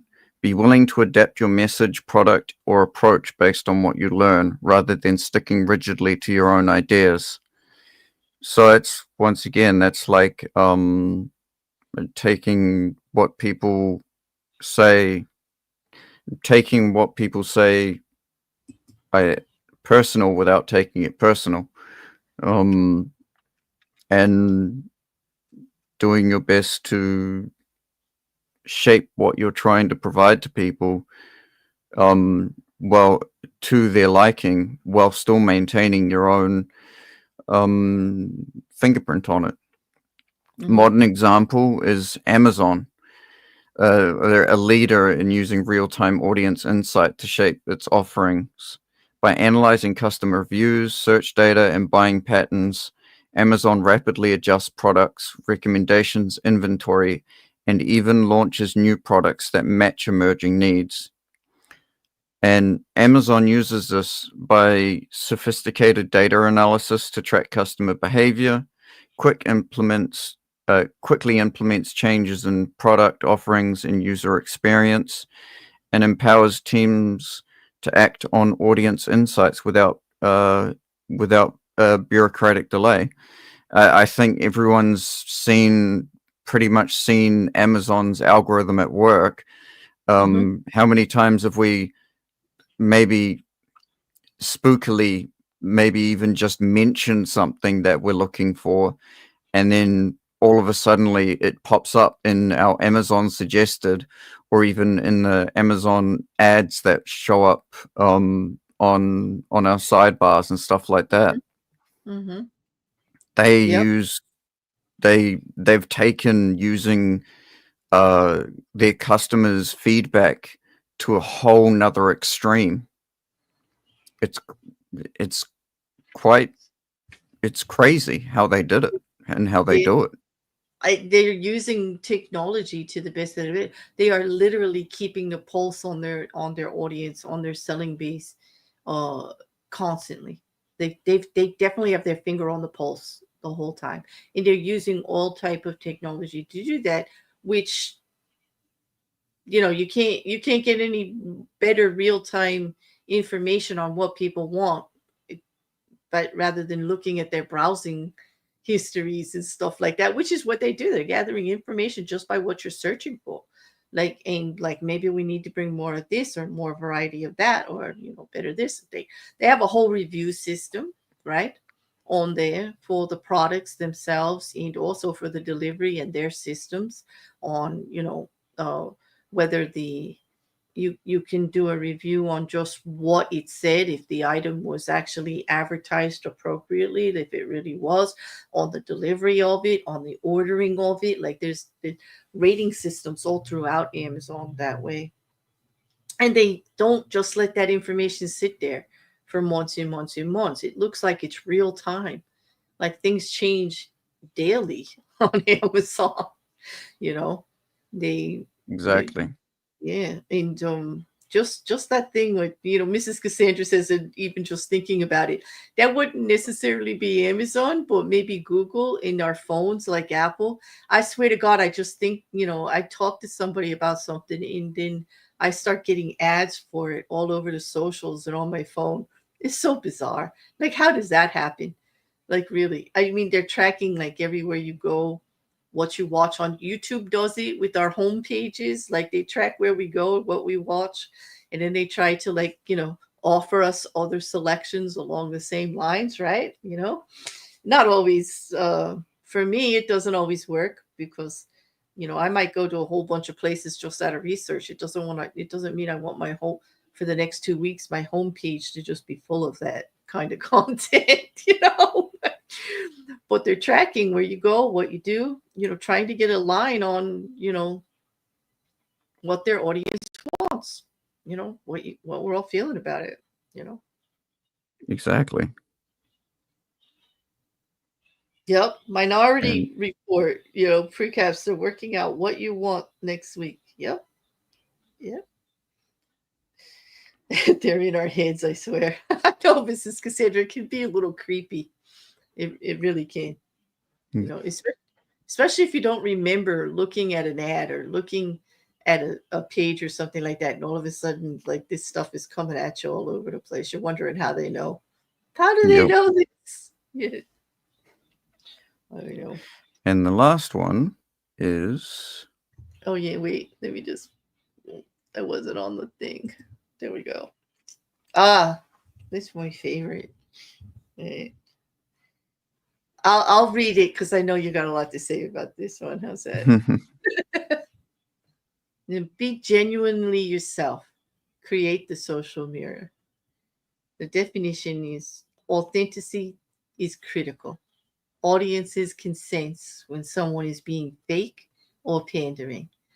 Fearless connection means presenting your true self, including your flaws and unique perspective, which builds trust and loyalty. The modern example they use is Joe Rogan. He built one of the world's most popular podcasts by being unapologetically himself. His conversational style, willingness to admit when he doesn't know something, and openness to a wide range of guests and viewpoints make him relatable and trustworthy to millions. and it's not just like his willingness to admit when he doesn't know something, but also his willingness to in a way say something wrong and be corrected on it, which is another skill that a lot of people struggle with, is being able to um is being able to say something that being able to be corrected Mm-hmm. when they say something wrong, Right. or even not, or even to an extent um be willing to say something wrong to learn what the correct idea of something is. Mm-hmm. He accepts criticism very well and quickly, and honestly, like he'll like, wow, ouch, and then he'll like, but I see what you mean, and then you know have a conversation about it or clarify it. Like, it's really good. Mm, But that's how he achieves this, right? mm, It's probably in here in the bullets, actually, exactly. You know, but he uses I statements to frame his opinions, such as "I think" or "I'm not sure," but making his perspective clear without sounding confrontational. Shares personal stories, thoughts, and even doubts, letting listeners see the real person behind the microphone. By using those I statements, that is a way of framing things like not cutting off the other person and not speaking for anyone but yourself. In other words, being open to everything else. Like, this is where I'm coming from, but how about you? Not speaking in they or we, or saying things like, well, no, commonly people feel or people think, or starting like that. Like, don't speak for the masses. He's only speaking for himself in most cases. He engages with guests from all backgrounds, treating them with respect, even when he disagrees, which encourages open dialogue. He reads and responds to audience feedback, acknowledging criticism and learning from it on air. It often happens right there live. And like you said, he's very open to it. He freely mhm. admits when he's wrong or when he lacks expertise, showing humility and authenticity. I have to say, I don't agree with everything that Joe Rogan says or his take, and his conspiracies mindset sometimes drives me absolutely crazy. But As it does us all. as a commentator, as somebody out there doing podcasts, he really is good at it. He's very open. He's very genuine. He's very entertaining. Um, you know, in doing this, honestly, Rekkr, I had to watch quite a bit of it because we don't just look at these examples as just like, if we don't get it, we want to see what they're talking about. Like, I want to really Mm. understand why they're the example, like why does that actually fit? And so we watched a couple of, well, one really, really long podcast with Joe Rogan that is very popular for a reason and has been all over the socials because it was in regards to two let's say right thinking conservatives Republicans who totally had different styles and disagreed with each other, and it was meant to be a podcast about extremism, about using the language of the other side, that everybody does it. That's how we came across it, right, Rekkr? We read, Mm. so we either saw a video or read an article about how the left is starting to talk like the right, and the right is starting to talk like the left, and they're all just like using the same points and same manipulative tactics, and it's like you don't even know who you're listening to anymore because it's all the same. So Exactly. we went to watch this, and it was a discussion Joe Rogan had with Dave Smith and Douglas Murray. Mm. Not people I normally follow, okay. But during it, the reason that, like, I'm glad we watched it is because Douglas Murray got a lot of heat from this, okay, because he said some things that kind of cut off the conversation, and he took a stance that I would say just about everybody was pushing back on him for. And it was two things. He said that he kind of implied that if you're not an expert on something, you shouldn't be talking on it. That too many people are talking about their opinions on things, and people just need to shut up. Like, basically, those aren't the words he used, but would you agree that's kind of what he was saying when he was Yeah, talking it's about essentially expertise? what he was implying. Like if you hadn't directly boiling it down, if you hadn't directly experienced it or have experience with it, you really shouldn't be trying to talk on it. Mhm. And I now, think one of eh, the things that he was talking about was the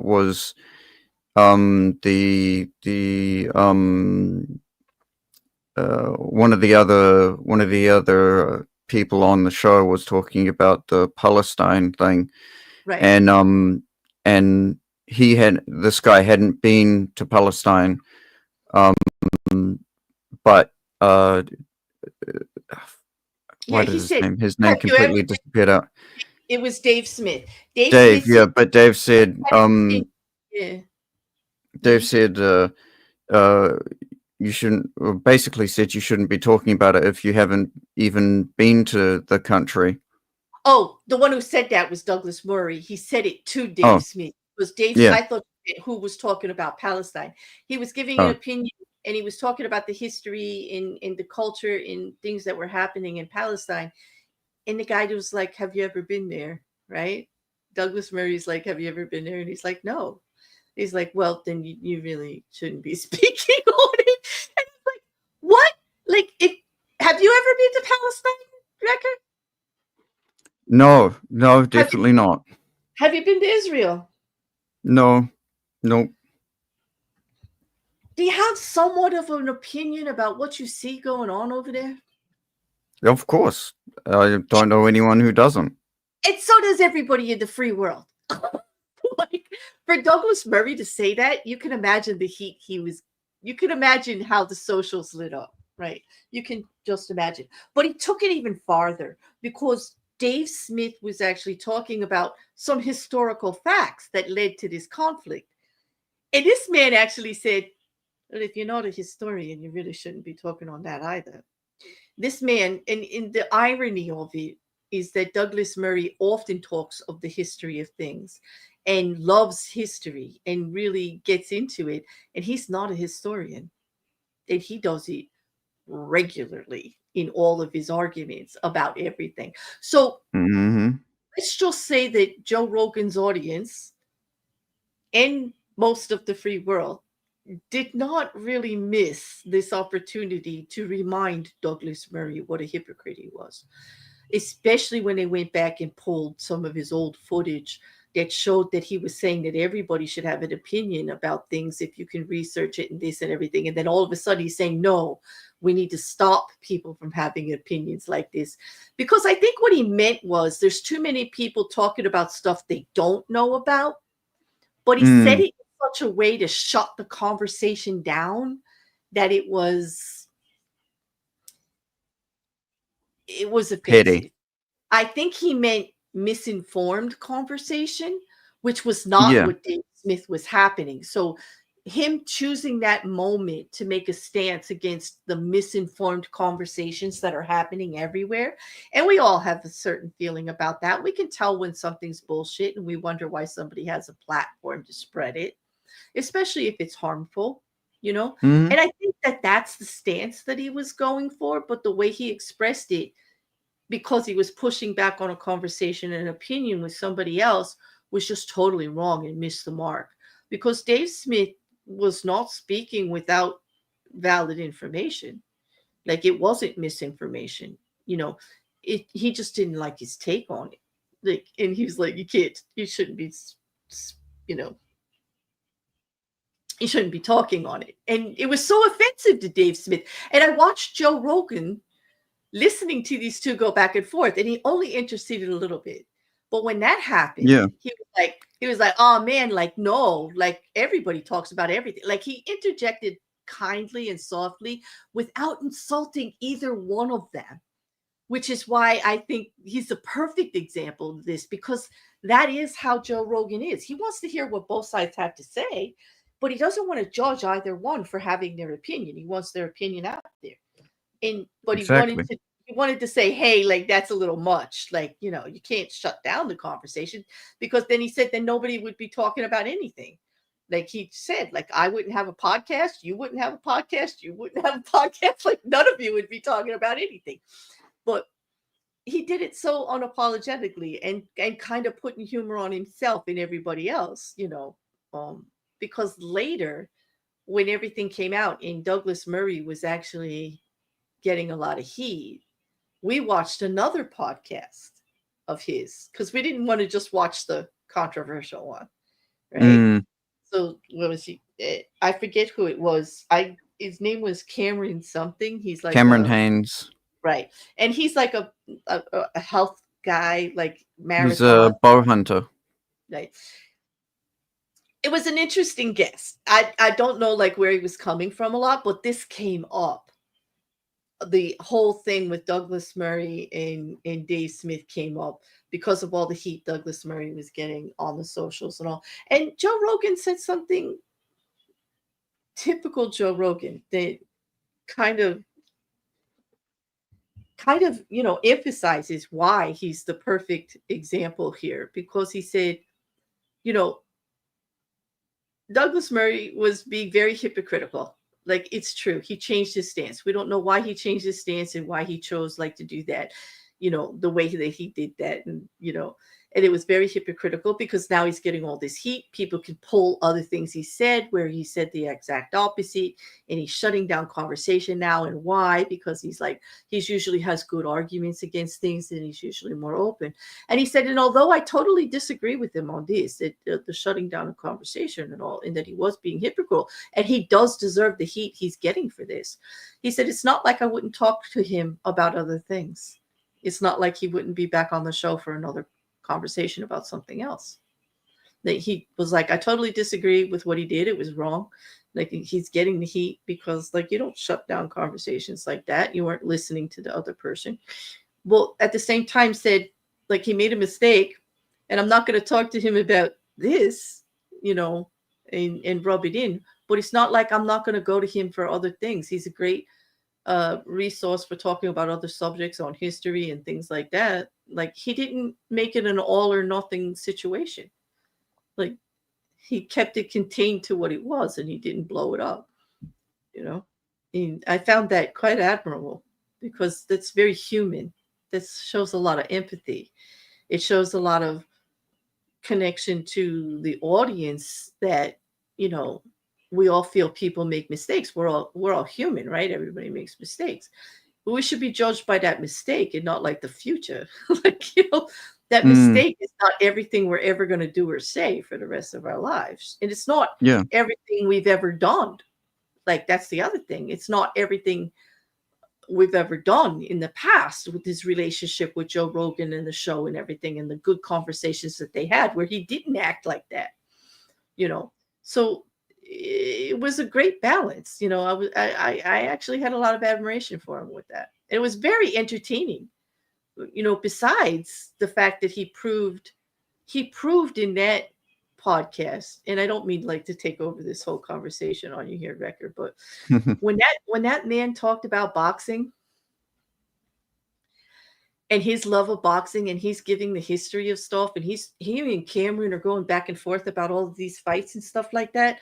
He actually embodied what he said about, people, like, you can't just cut off the conversation, because he admitted, I'm not an expert in boxing, in anything, but he was passionate about it, and nobody talking to him would not think he doesn't know a lot about it because of the history and how much he watches it. He had all the names and the dates. He was giving accurate information about things that happened historically and everything. It was a wonderful conversation. He was a source of something that he was very passionate for, and he would have enticed others to learn more about it. And why would anybody want to shut that down because he's not an expert? Like, he's not a historian on boxing. He's not a boxer. He's not, like, he didn't live at the time he's talking about these people. But that doesn't mean he didn't have a valid and entertaining and wonderful conversation about it. I didn't know that much about boxing, and I enjoyed listening to every part about it. His passion for it alone made me listen even more, and then he's giving out all this information, about it that was real and gave me things to look up and things to check out. Like, so he embodied his stance against Douglas Murray there for me, and just, it was just like beautiful to watch because he's so not fake about it. Like, he didn't do it like shoving information in your face either, like he's a know-it-all. It just happened. What's the words you use all the time? Rekkr, you're always saying when it happens organically, right? It's uh, it is what it is.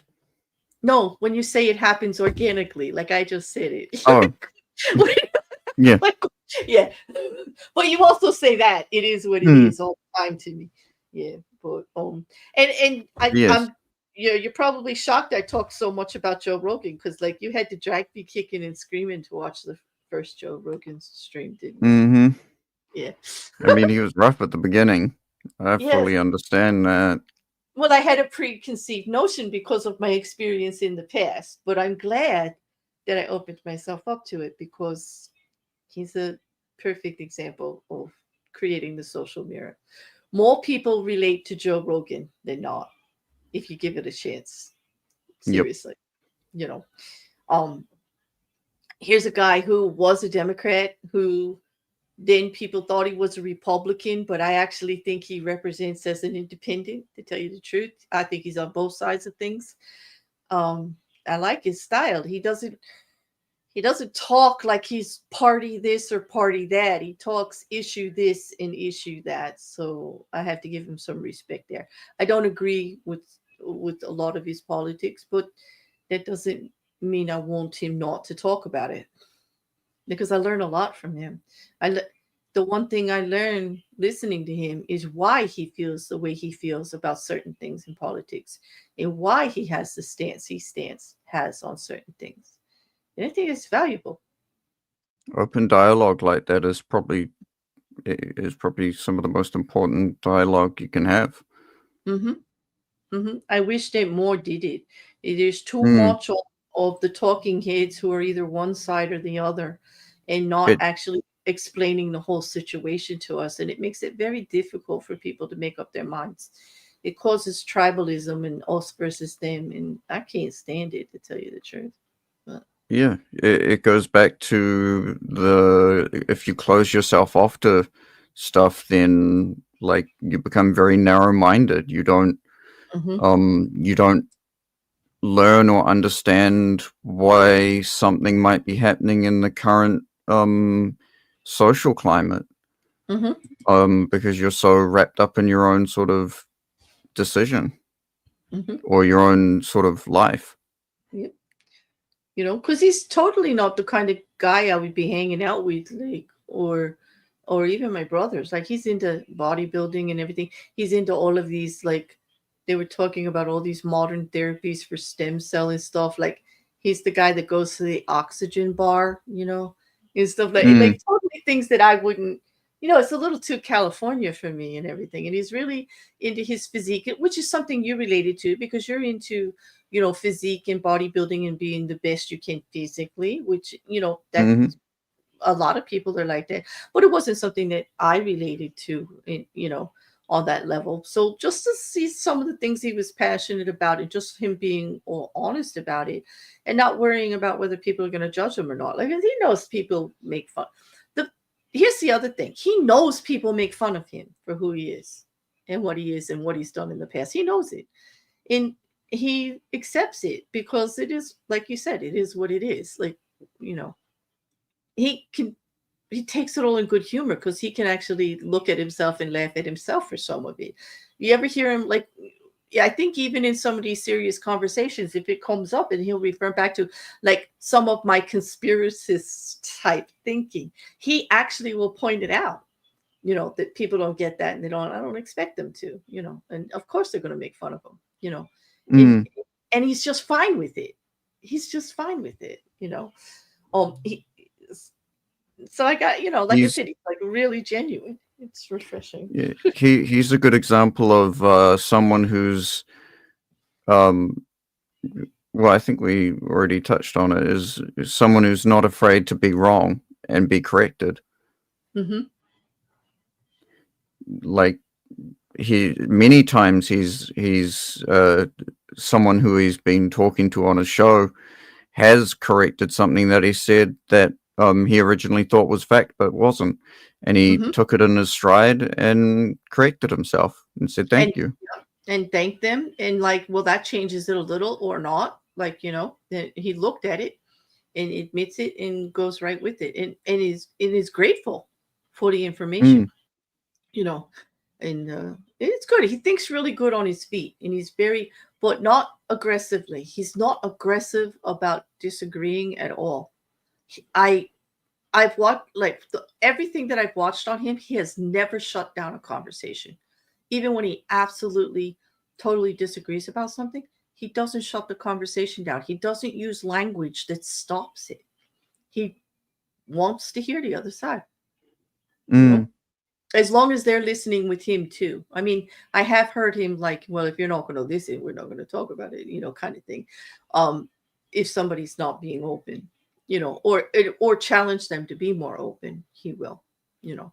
That's about as aggressive as it gets, you know. And so it's kind of refreshing because a lot of people have the opinion that he's nothing but opinion, you know what I mean? Like, he's like putting out all this garbage or stuff, but he's really not.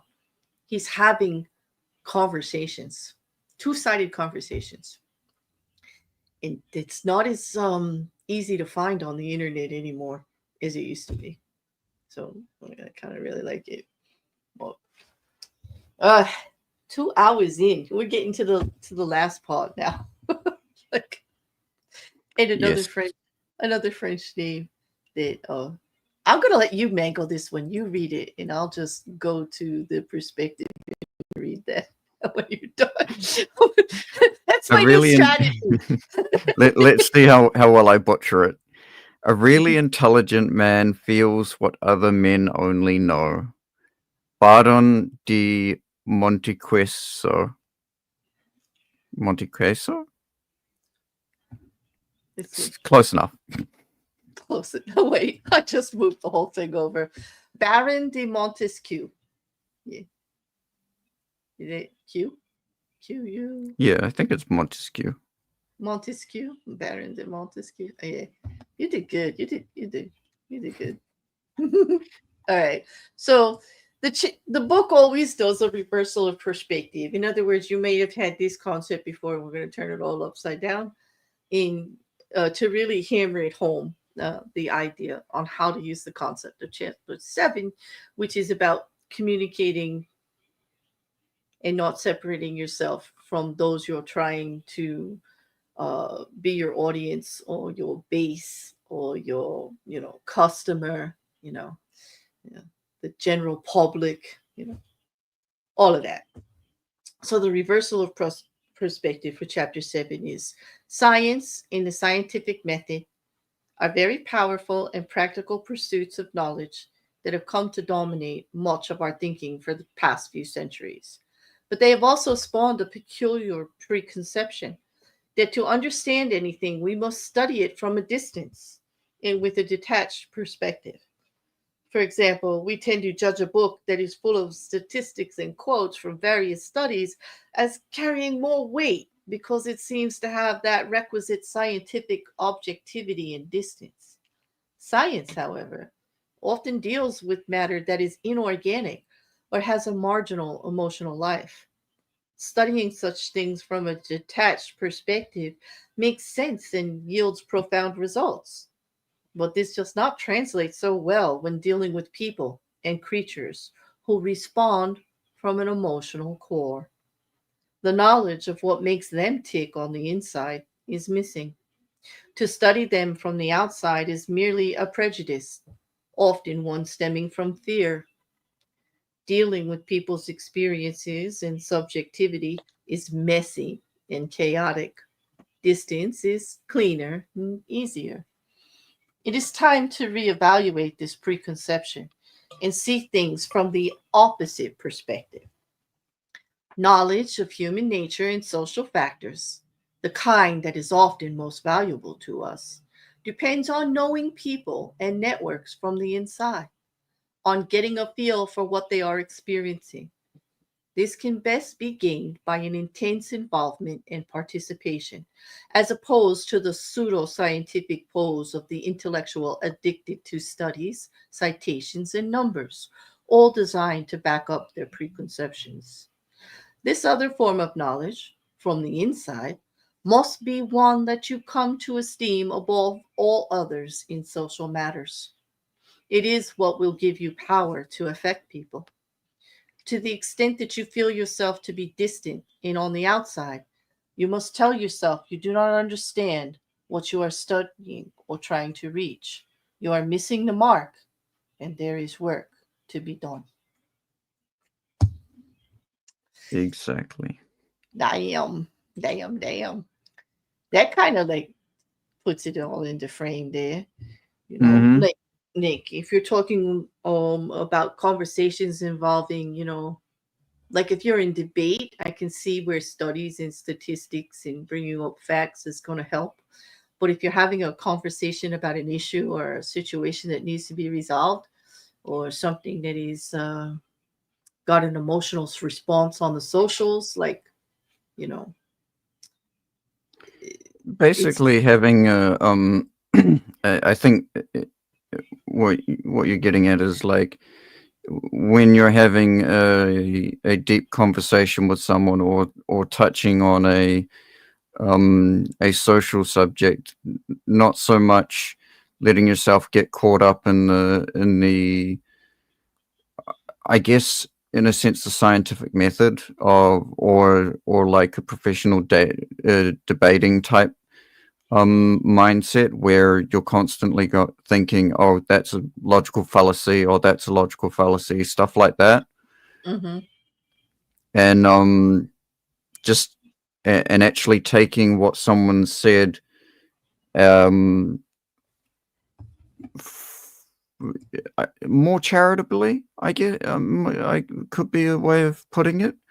Actually, like instead of just closing yourself off to what someone said because it broke some sort of rational code, to look past it and understand what it is they're actually saying mm-hmm. within it. Or the gentle questions too, like if you feel like it's missing the mark or you're not relating to what they're saying, you could always ask more quick, pull it out, like Mm, non-challenging. Like you don't go, oh no, I don't agree with that because blah blah blah. You're going, oh, what do you mean by that? Like, this is what I'm hearing. Is that what you're saying? I think Mm, those conversations are very valuable. You want to get, I don't think anybody's opinion, doesn't have some type of merit, I even the people I totally disagree with, unless they're causing, like, I might be less charitable to those that are causing harm with misinformation. But I'm talking about people who really have thought about the issue, and they just are coming from it from a different place than you are. mm, And genuinely too. I'm not talking about your edge lords and your contrarians and you know like that. I'm talking about the real people talking about this kind of stuff, open and honestly. You don't want to shut down their opinion because it's different. And if you don't understand it, why not have the conversation and ask the questions to help you try to understand it? It can only benefit you to try to understand where the other side is coming from all the time. Like, I think exactly. I really do. It really does resonate with me when they keep saying that the ones who don't do that, it's totally out of fear. Whether they Mm, recognize it as fear or not, it is the fear to be wrong. It's the fear to find out information that will change your view. It's the fear that you don't know as much as you think you do. It's the fear that people are gonna, you know, uh, ridicule you for your side. Um, it just comes from a very not good part. You know, and when you close yourself off, it's just not. It's not. It's not the way to firm up your own personal beliefs about things and your own personal opinions about things. If you're not willing to hear the other side, it kind of puts you on more shaky ground. Mhm. yeah. And you're more prone to actually internalizing things that aren't really Mhm. true at all. And Yeah. you end up not having very steady ground to stand on when your ideas are confronted. Mhm. And if we use the principles of the book that we've been going over to date, it cutting yourself off from that shows a lack of not dealing in the reality of the situation, the whole picture, Mm, actually what's going on. It shows you taking your own power away by living in the fear of the other information, like not being able to venture out and to find out more. You're actually taking power away from yourself. It's much more building of self confidence and power to know that you have looked at all the other things and you're very sure about how you feel certain situations are. It can be empowering. By not doing that, you take that power away from yourself. You're putting more fear in the situation. You're also losing out the opportunity to actually, if it's the type of conversation or opinion that you think is valuable to get people to think about and to change their opinion, or you're losing the opportunity to actually make a difference in and to strengthen your argument and to do your advocacy for your point, by not looking at the other side of the issue and talking to people about it from the other side, or from just all different walks that may not be the same as yours. I think that's most of the steps to date, mhm, except for the aggression one. I do not mhm. recommend addressing the other side with aggression if you actually want to have a conversation. Yeah, It would be a lesson in there are when not. limited Yeah, there are go very ahead. limited situations where throwing hands actually leads to positive conversation. Yeah, yeah, exactly. But in that chapter two, we learned when to use aggression and when not. Like, when is it appropriate? Don't be afraid to use it. It's not always necessary, but don't be afraid to use it. You know, to aggressively go after something. You know, but it's like, yeah, you're not going to get the other guy to talk if you're throwing hands. That's for sure. Mhm. Yeah. Well, hey, that's an hour 10 already for us. Like, look at that. Again, we Yep. finished. Yeah. So to wrap it up, like, what do you think? Like, when you finish the whole chapter, like, what did you take from it the most? For me, I felt like I took away like that idea of taking it personal without taking it personal. Like listening to what people are saying, listening to what people's criticisms of you are, and taking it to heart without being as offended by it. And yeah, as well as making sure that I should actually seek out the criticism as well, as someone had commented earlier on in the stream, how they searched, being open to criticism. Mm-hmm. Just being open to it, yeah, definitely. I think it reaffirmed for me that communication is something that's necessary in all endeavors of, communicating our ideas and back and forth and looking for feedback. I'm always looking for feedback in conversations and all. Um, I've grown exponentially, just from other conversations with people on the other side. It doesn't always change my opinion about stuff, but it makes me more confident in how I'm looking at a situation. And I think that was really expressed well in the chapter. Um, that there's always a way, if you're not going to actually be in it, there's always a way to find the information, like he did within regards to finding out about the neighborhood and the police and what people are liking in their drugs, so to speak. But he didn't have to do drugs to do it, like, but he It found the just source. happened to be the story that fit with Right, that. right. And he just found the source for that. And there's always a source. There's always a source or a way to do that. You know what I mean? Like, you don't have to, like, you know, get right down into the mud of it, so to speak. Kind of like Joe Rogan talking about boxing. He don't have to be a boxer to talk about the boxing. There was plenty of resources to learn about it. The old videos, he was talking about an archive site.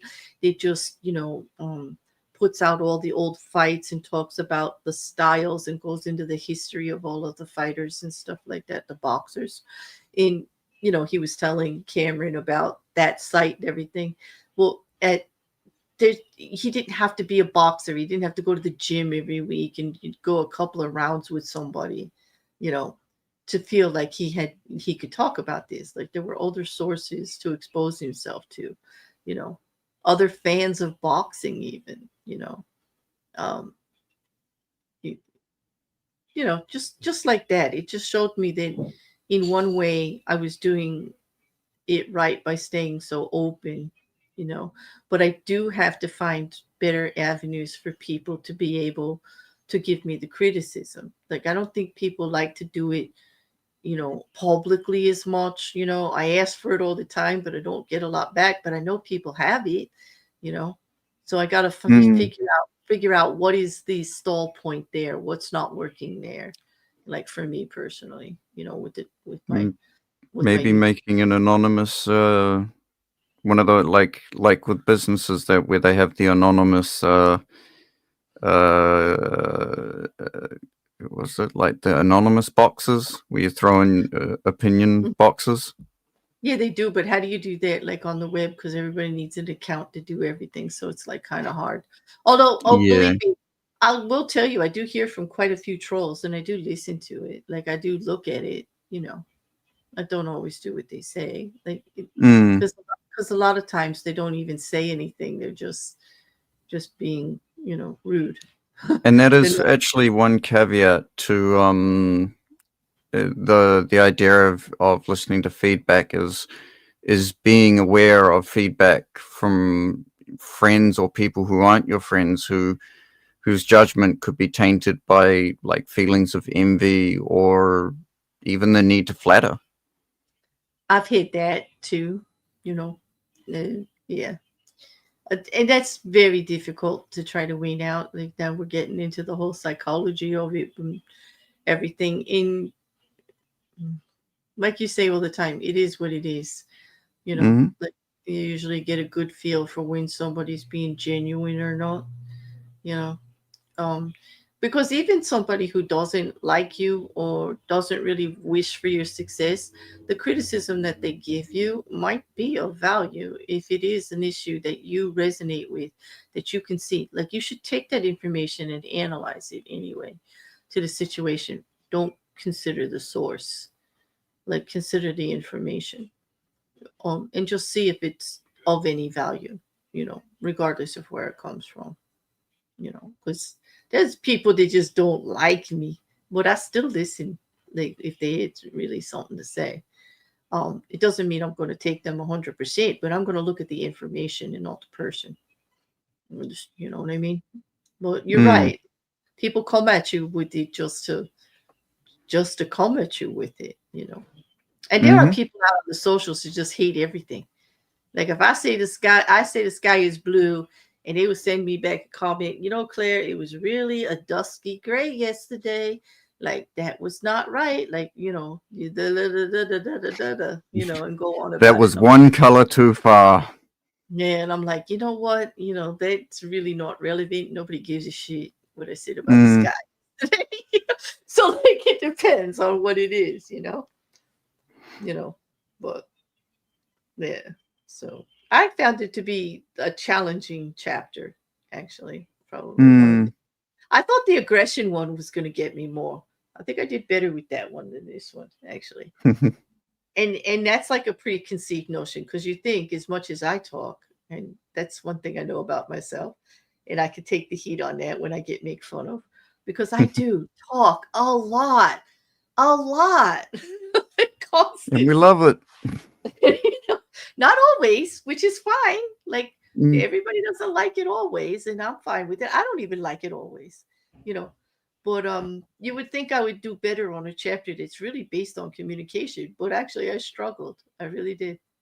Mm. Yeah. Actually,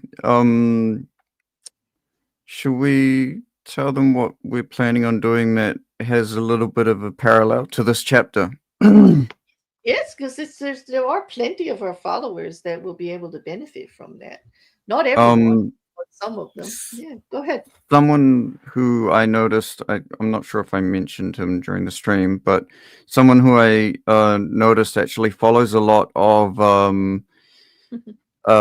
this style of this chapter, sort of embodies it quite well, is an English artist called Banksy. He's Hmm. a street artist and political activist. Hmm. He's very well known for his his street art, but Hmm. I like to. There's a certain absurdity to how he puts forward his messages, where he will use like the environment around him. Definitely, like look it up. Look his art up. It's fantastic. One image that people it might bring to mind right away. Bansky is the one when you look at the anti-war image that people have was promoted a lot. It was on a wall. It was black and white with a red balloon. It was a little girl releasing in the wind a balloon out there that was shaped like a heart. Well, because he is not just an artist, but he's an actual like activist against with his messages. All his art, his messages of he uses dark humor and satire to address like anti-war, anti-authority, environmental issues, everything is. I mean, he started like in the mid to late 70s, I believe, Bansky. And this is a UK artist, like, but he's internationally known. Like we see it everywhere. Um, I can actually bring up a picture of the piece of yeah, art. yeah, any There's of this them. one. Yeah, because his style is kind of dark and satirical, like it's just like it's tongue in cheek. No, nope, that's But the wrong one. it's like a stencil technique. It's almost There we go. all of his stuff looks like a pencil drawing. Some of it, right? Yeah. Mm, Oh, that's what I was talking about. This image is like this is the one when anybody says Bansky, this is what I would put up. You know, in art is what art makes you feel. Like when you're looking mm-hmm, at art, you get the emotional, the impact. In sometimes we don't get exactly what the artist means, until we hear from the artist. But it's supposed to bring emotion out of you. So it's really important, like what it makes you feel, and what it makes you think about. But the fact that he puts it like out everywhere, it's almost like a tagger, you know. mm. Yeah. Well, but so what are we going to do about Bansky? I mean, besides talk about him? There is a fantastic pseudo documentary that was originally meant to be about him, but ended up being about the person who was videoing the whole thing. Called Brainwave, and the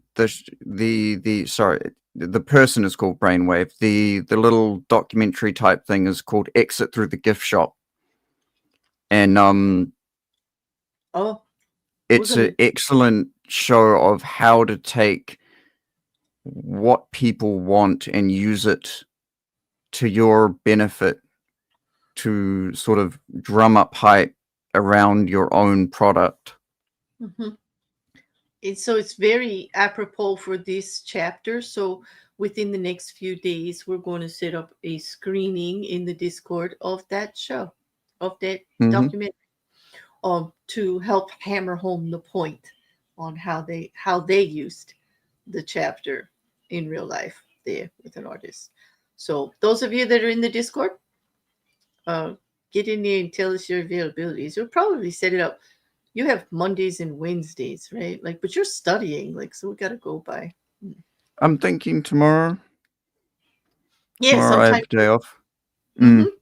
Not a bad time. Yeah, probably. That's a good time. I have a stream at 7, but anytime like later or earlier would be great.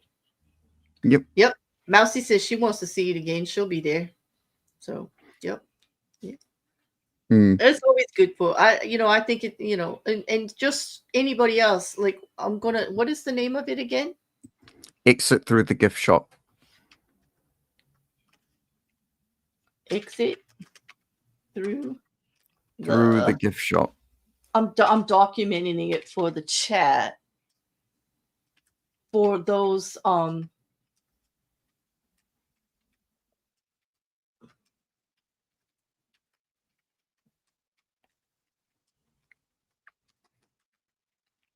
For those that are wanting to know what it is later on. yes, and just so those that aren't in the Discord and can watch it with this, they could at least look it up and watch it if they would like to, because I do think Mm. it further shows an example of this chapter applied totally Mm. maybe with the life and art of Bansky. So that's a good idea, and thank you for reminding us about that documentary that exists. Mm. I hadn't even thought of it like until then. But this was fun. Shall we do it again next week? Absolutely. Our All right. next one will be chapter 8. Yep. Respect the process. Mastery. Oh gosh. I have to be respectful and stuff. Oh my god. I don't know. Anyway, for those of you that like to read ahead or along, don't forget the PDF is linked in the description of every one of the videos. And for those of you who have just tuning in, if this is not your first chapter and you want to get the others, they're all in the playlist, which is also listed below in the description. For on that, I guess we'll see everybody next week. You got any last words for anyone, Rick? Be yourself. Yeah, there we go. And yes, yeah, right. All right. So Thank you, everybody, for joining us. And don't forget to like, share, and comment. Please comment. If you took anything away from this chapter of this book, it's definitely that I want you to comment. I do. Ask questions. I want to hear from you. Ask questions. Give me pointers. Tell me what you like, what you don't like. I mean, I must say that almost every stream, but I genuinely mean it. I would love to hear from everyone. Yeah. It is why I'm out here, to grow and to learn and to have those conversations.